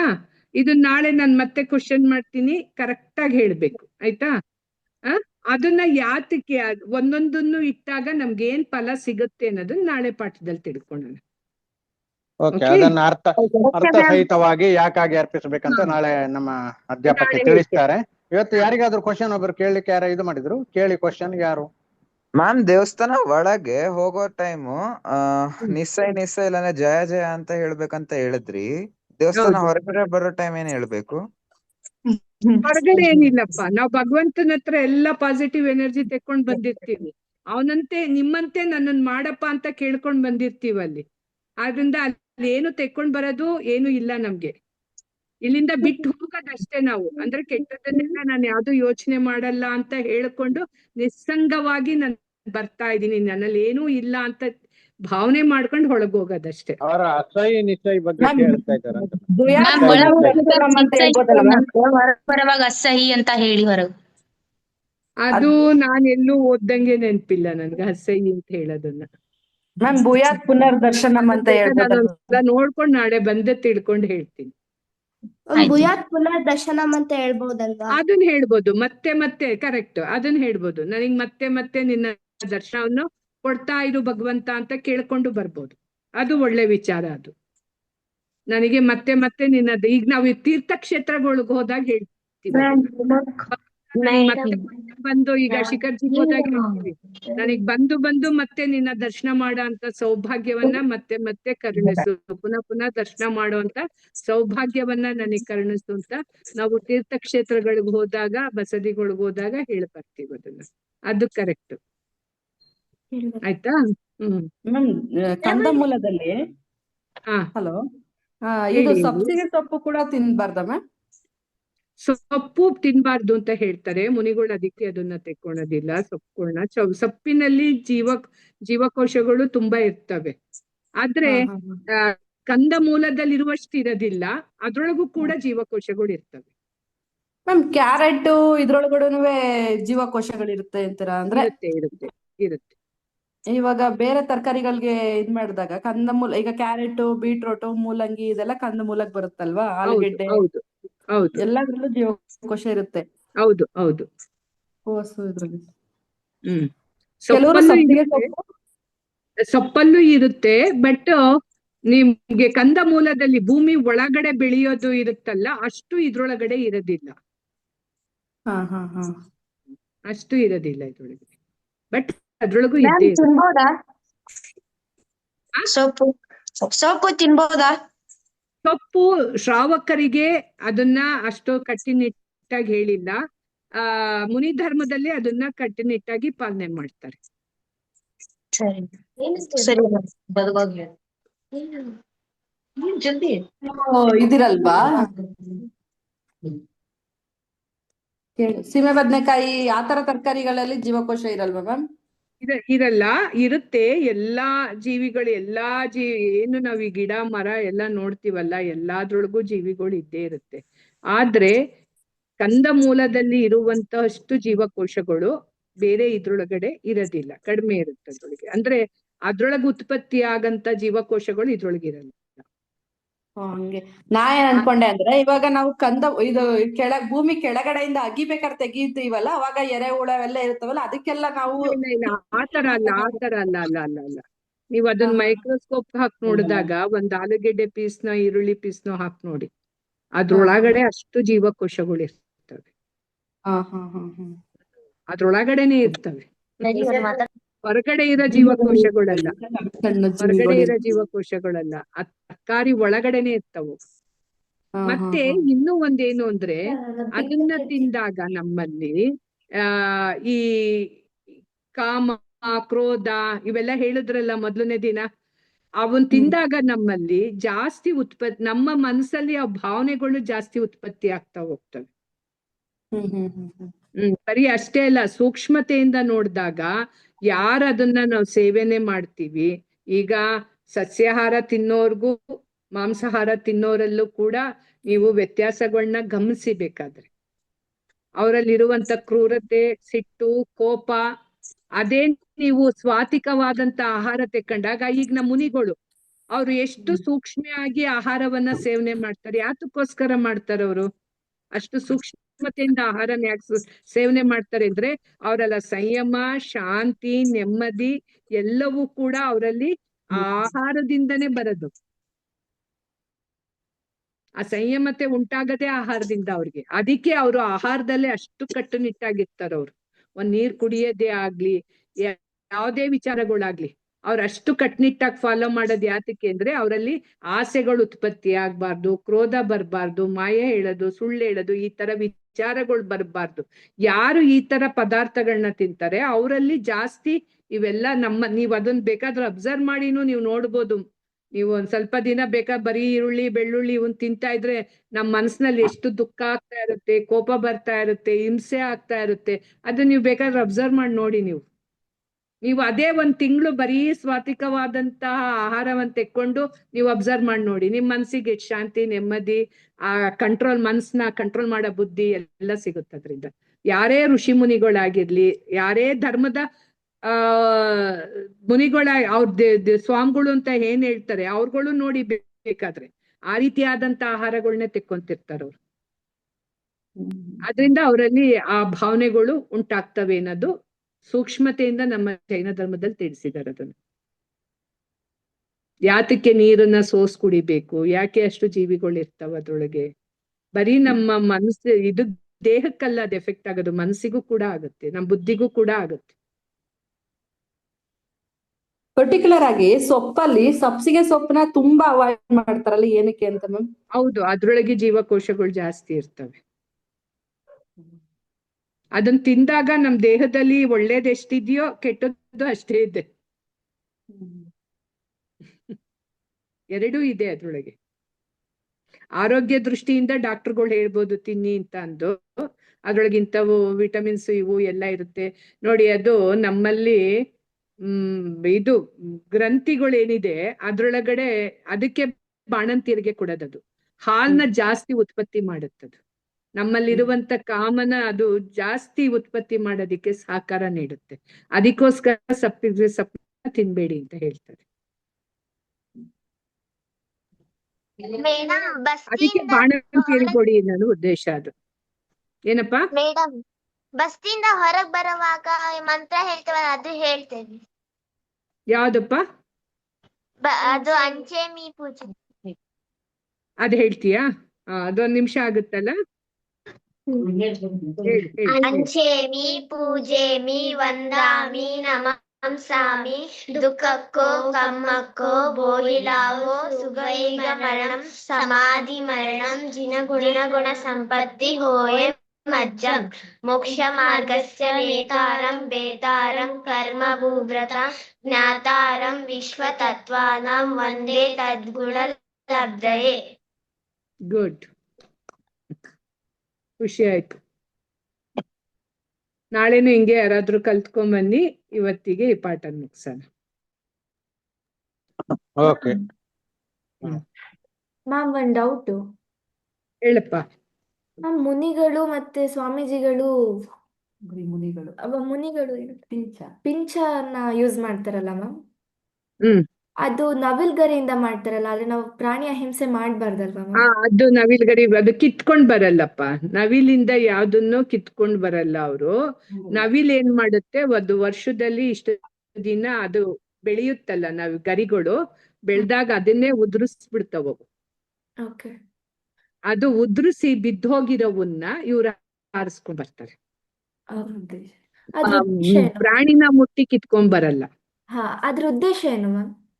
ಅದೇ ಆ ನವಿಲ್ ಇದು ಗರಿ ಇರುತ್ತಲ್ವಾ ನಿಮ್ಗೆ, ಅದು ಯಾವ್ದೇ ಸೂಕ್ಷ್ಮ ಜೀವಿಗಳನ್ನ ಹಿಂಗ್ ಮುನಿಗಳು ಎಲ್ಲೇ ಕುಂತ್ಕೊಬೇಕಾದ್ರೆ, ಬುಕ್ ಇಡ್ಬೇಕಾದ್ರೆ, ನಡಿಬೇಕಾದ್ರೆ ಆ ಪಿಂಚದಿಂದ ಅದನ್ನ ಹಿಂಗೆ ಇದನ್ ಮಾಡೋ ತರ ನೀವು ನೋಡಿದೀರಾ, ಕ್ಲೀನ್ ಮಾಡೋದನ್ನ ಅಲ್ವಾ? ಕ್ಲೀನ್ ಮಾಡಿ ಇಡ್ತಾರೆ. ಆ ಪಿಂಚದ ಗರಿನಲ್ಲಿ ಏನಾಗುತ್ತೆ, ಸೂಕ್ಷ್ಮ ಜೀವಿಗಳು ಬೇರೆ ಇವನ್ ತೆಕೊಂಡಾಗ ಏನಾಗುತ್ತೆ, ನಾವು ಮನೆಯಲ್ಲಿ ಬರ್ಲೆ ತೆಕೊಂಡ್ ಕಸ ಗುಡಿಸ್ದಾಗ ಏನಾಗುತ್ತೆ, ಅವು ಸೂಕ್ಷ್ಮ ಜೀವಿಗಳಿಗೆ ಹಿಂಸೆ ಆಗುತ್ತೆ ಅದರಿಂದ. ಆದ್ರೆ ನವಿಲ್ ಗರಿಯಿಂದ ಆ ಸೂಕ್ಷ್ಮ ಜೀವಿಗಳು ನವಿಲ್ ಗರಿಗೆ ಅಂಟದಿಲ್ಲ.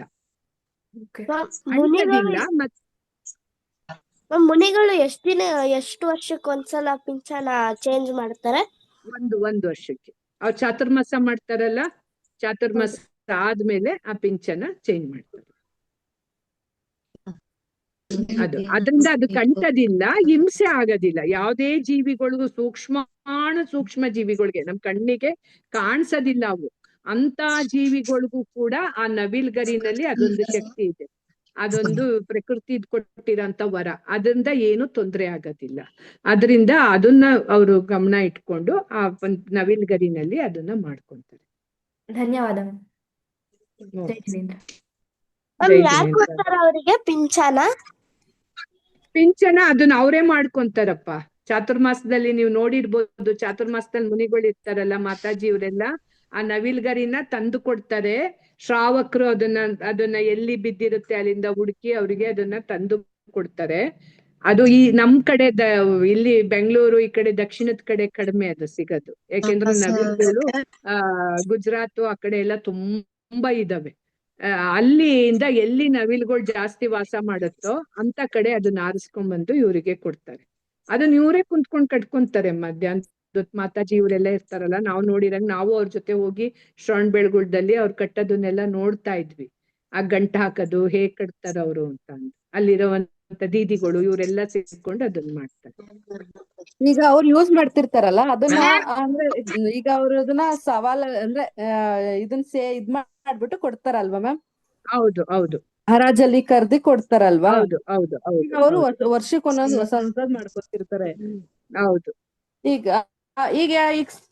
ಕೆಲವರಿಗೆ ಗೊತ್ತಿರ್ತಾರೆ, ಈಗ ಸ್ವಾಮಿಗಳು ಈಗ ಇಂತ ಕಡೆ ಅವ್ರು ಇರ್ತಾರೆ ಅಂತ ಅಂದ್ಬಿಟ್ಟು ತಂದು ಕೊಡ್ತಾರೆ. ಈಗ ಗೊತ್ತಿಲ್ದೇ ಇರೋರು ಯಾರ ಇದ್ರೆ? ಗೊತ್ತಿರುತ್ತೆ, ಸಾಮಾನ್ಯ ಅವ್ರಿಗೆ ಗೊತ್ತಿರುತ್ತೆ. ಅವ್ರ ಶಿಷ್ಯಂದ್ರು ಇರ್ತಾರಲ್ವಾ, ಅವ್ರಿಗೆಲ್ರಿಗೂ ಮುನಿಗಳು ಎಲ್ಲಿ ಚಾತುರ್ಮಾಸ ಮಾಡ್ತಿದ್ದಾರೆ, ಯಾರಿಗೇನ್ ಬೇಕು ಆ ಸಂಪರ್ಕ ಇಟ್ಕೊಂಡಿರ್ತಾರ ಅವ್ರು. ಅಂದ್ರೆ ಕೆಲವು ಸ್ವಾಮಿಗಳು ಸಂಘ ಸಮೇತ ಬರ್ತಾರೆ, ಕೆಲವರು ಒಬ್ಬೊಬ್ರೆ ಬರ್ತಾರಲ್ಲ. ಇಲ್ಲ, ಅಂದ್ರೆ ಅಲ್ಲಿಂದ ಅವ್ರಿಗೆ ಆ ಸಂಪರ್ಕ ಇರುತ್ತೆ, ಎಲ್ಲಿ ಸಿಗುತ್ತೆ ಇದು ಏನು ಅನ್ನೋದು ಗೊತ್ತಿರುತ್ತೆ. ಅಲ್ಲಿಗೆ ವಿಚಾರಿಸಿ ತರ್ಸ್ಕೊಂತಾರ ಅವ್ರು, ತರ್ಸ್ಕೊಂತಾರೆ. ಚೇಂಜ್ ಮಾಡ್ತಾರ?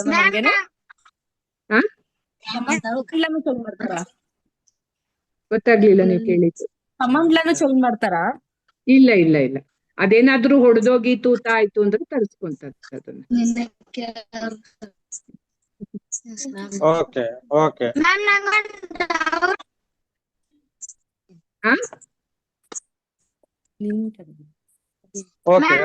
ಡೌಟ್ ಇದೆ. ಹೇಳಪ್ಪ. ನವಿಲ್ಗರಿ ಮನೆಯಲ್ಲಿ ಇಟ್ಕೋಬೇಕಂತ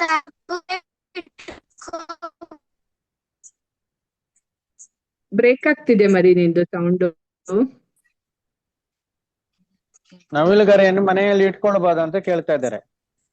ಮುನಿಗಳು ಈ ರೀತಿ ನಿಮಗೆ ಕೊಟ್ಟಿರ್ತಾರಲ್ಲ ಚಾತುರ್ಮಾಸ ಮಾಡಿ, ಅದನ್ನ ದೇವ್ರ ಮನೇಲಿ ಇಟ್ಕೊಂತಾರೆ. ನಾವಾಗೆ ತಂದು ಅದನ್ನ ಉಪಯೋಗಿಸಂಗಿಲ್ಲ.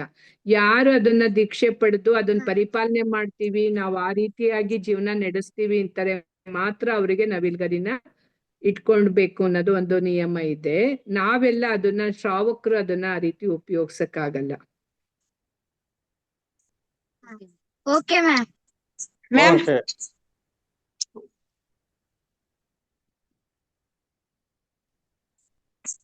ಓಕೆ. ಎಲ್ಲರಿಗೂ ಧನ್ಯವಾದಗಳು. ನಮ್ಮ ಇಂದಿನ ತರಗತಿಯನ್ನು ಸೊಗಸಾಗಿ ಮಾಡಿಕೊಟ್ಟಂತಹ ಪದ್ಮಶ್ರೀ ಚಂದ್ರಪ್ರಕಾಶ್ ಬೆಂಗಳೂರು ಇವರಿಗೆ ವಿಶೇಷ ಧನ್ಯವಾದಗಳನ್ನು ಅರ್ಪಿಸುತ್ತಿದ್ದೇನೆ. ಹಾಗೆ ಸುಮಾ ಪ್ರಸಾದ್ ಮೇಡಮ್ಗೂ ಕೂಡ ಧನ್ಯವಾದಗಳನ್ನು ಅರ್ಪಿಸುತ್ತಿದ್ದೇನೆ.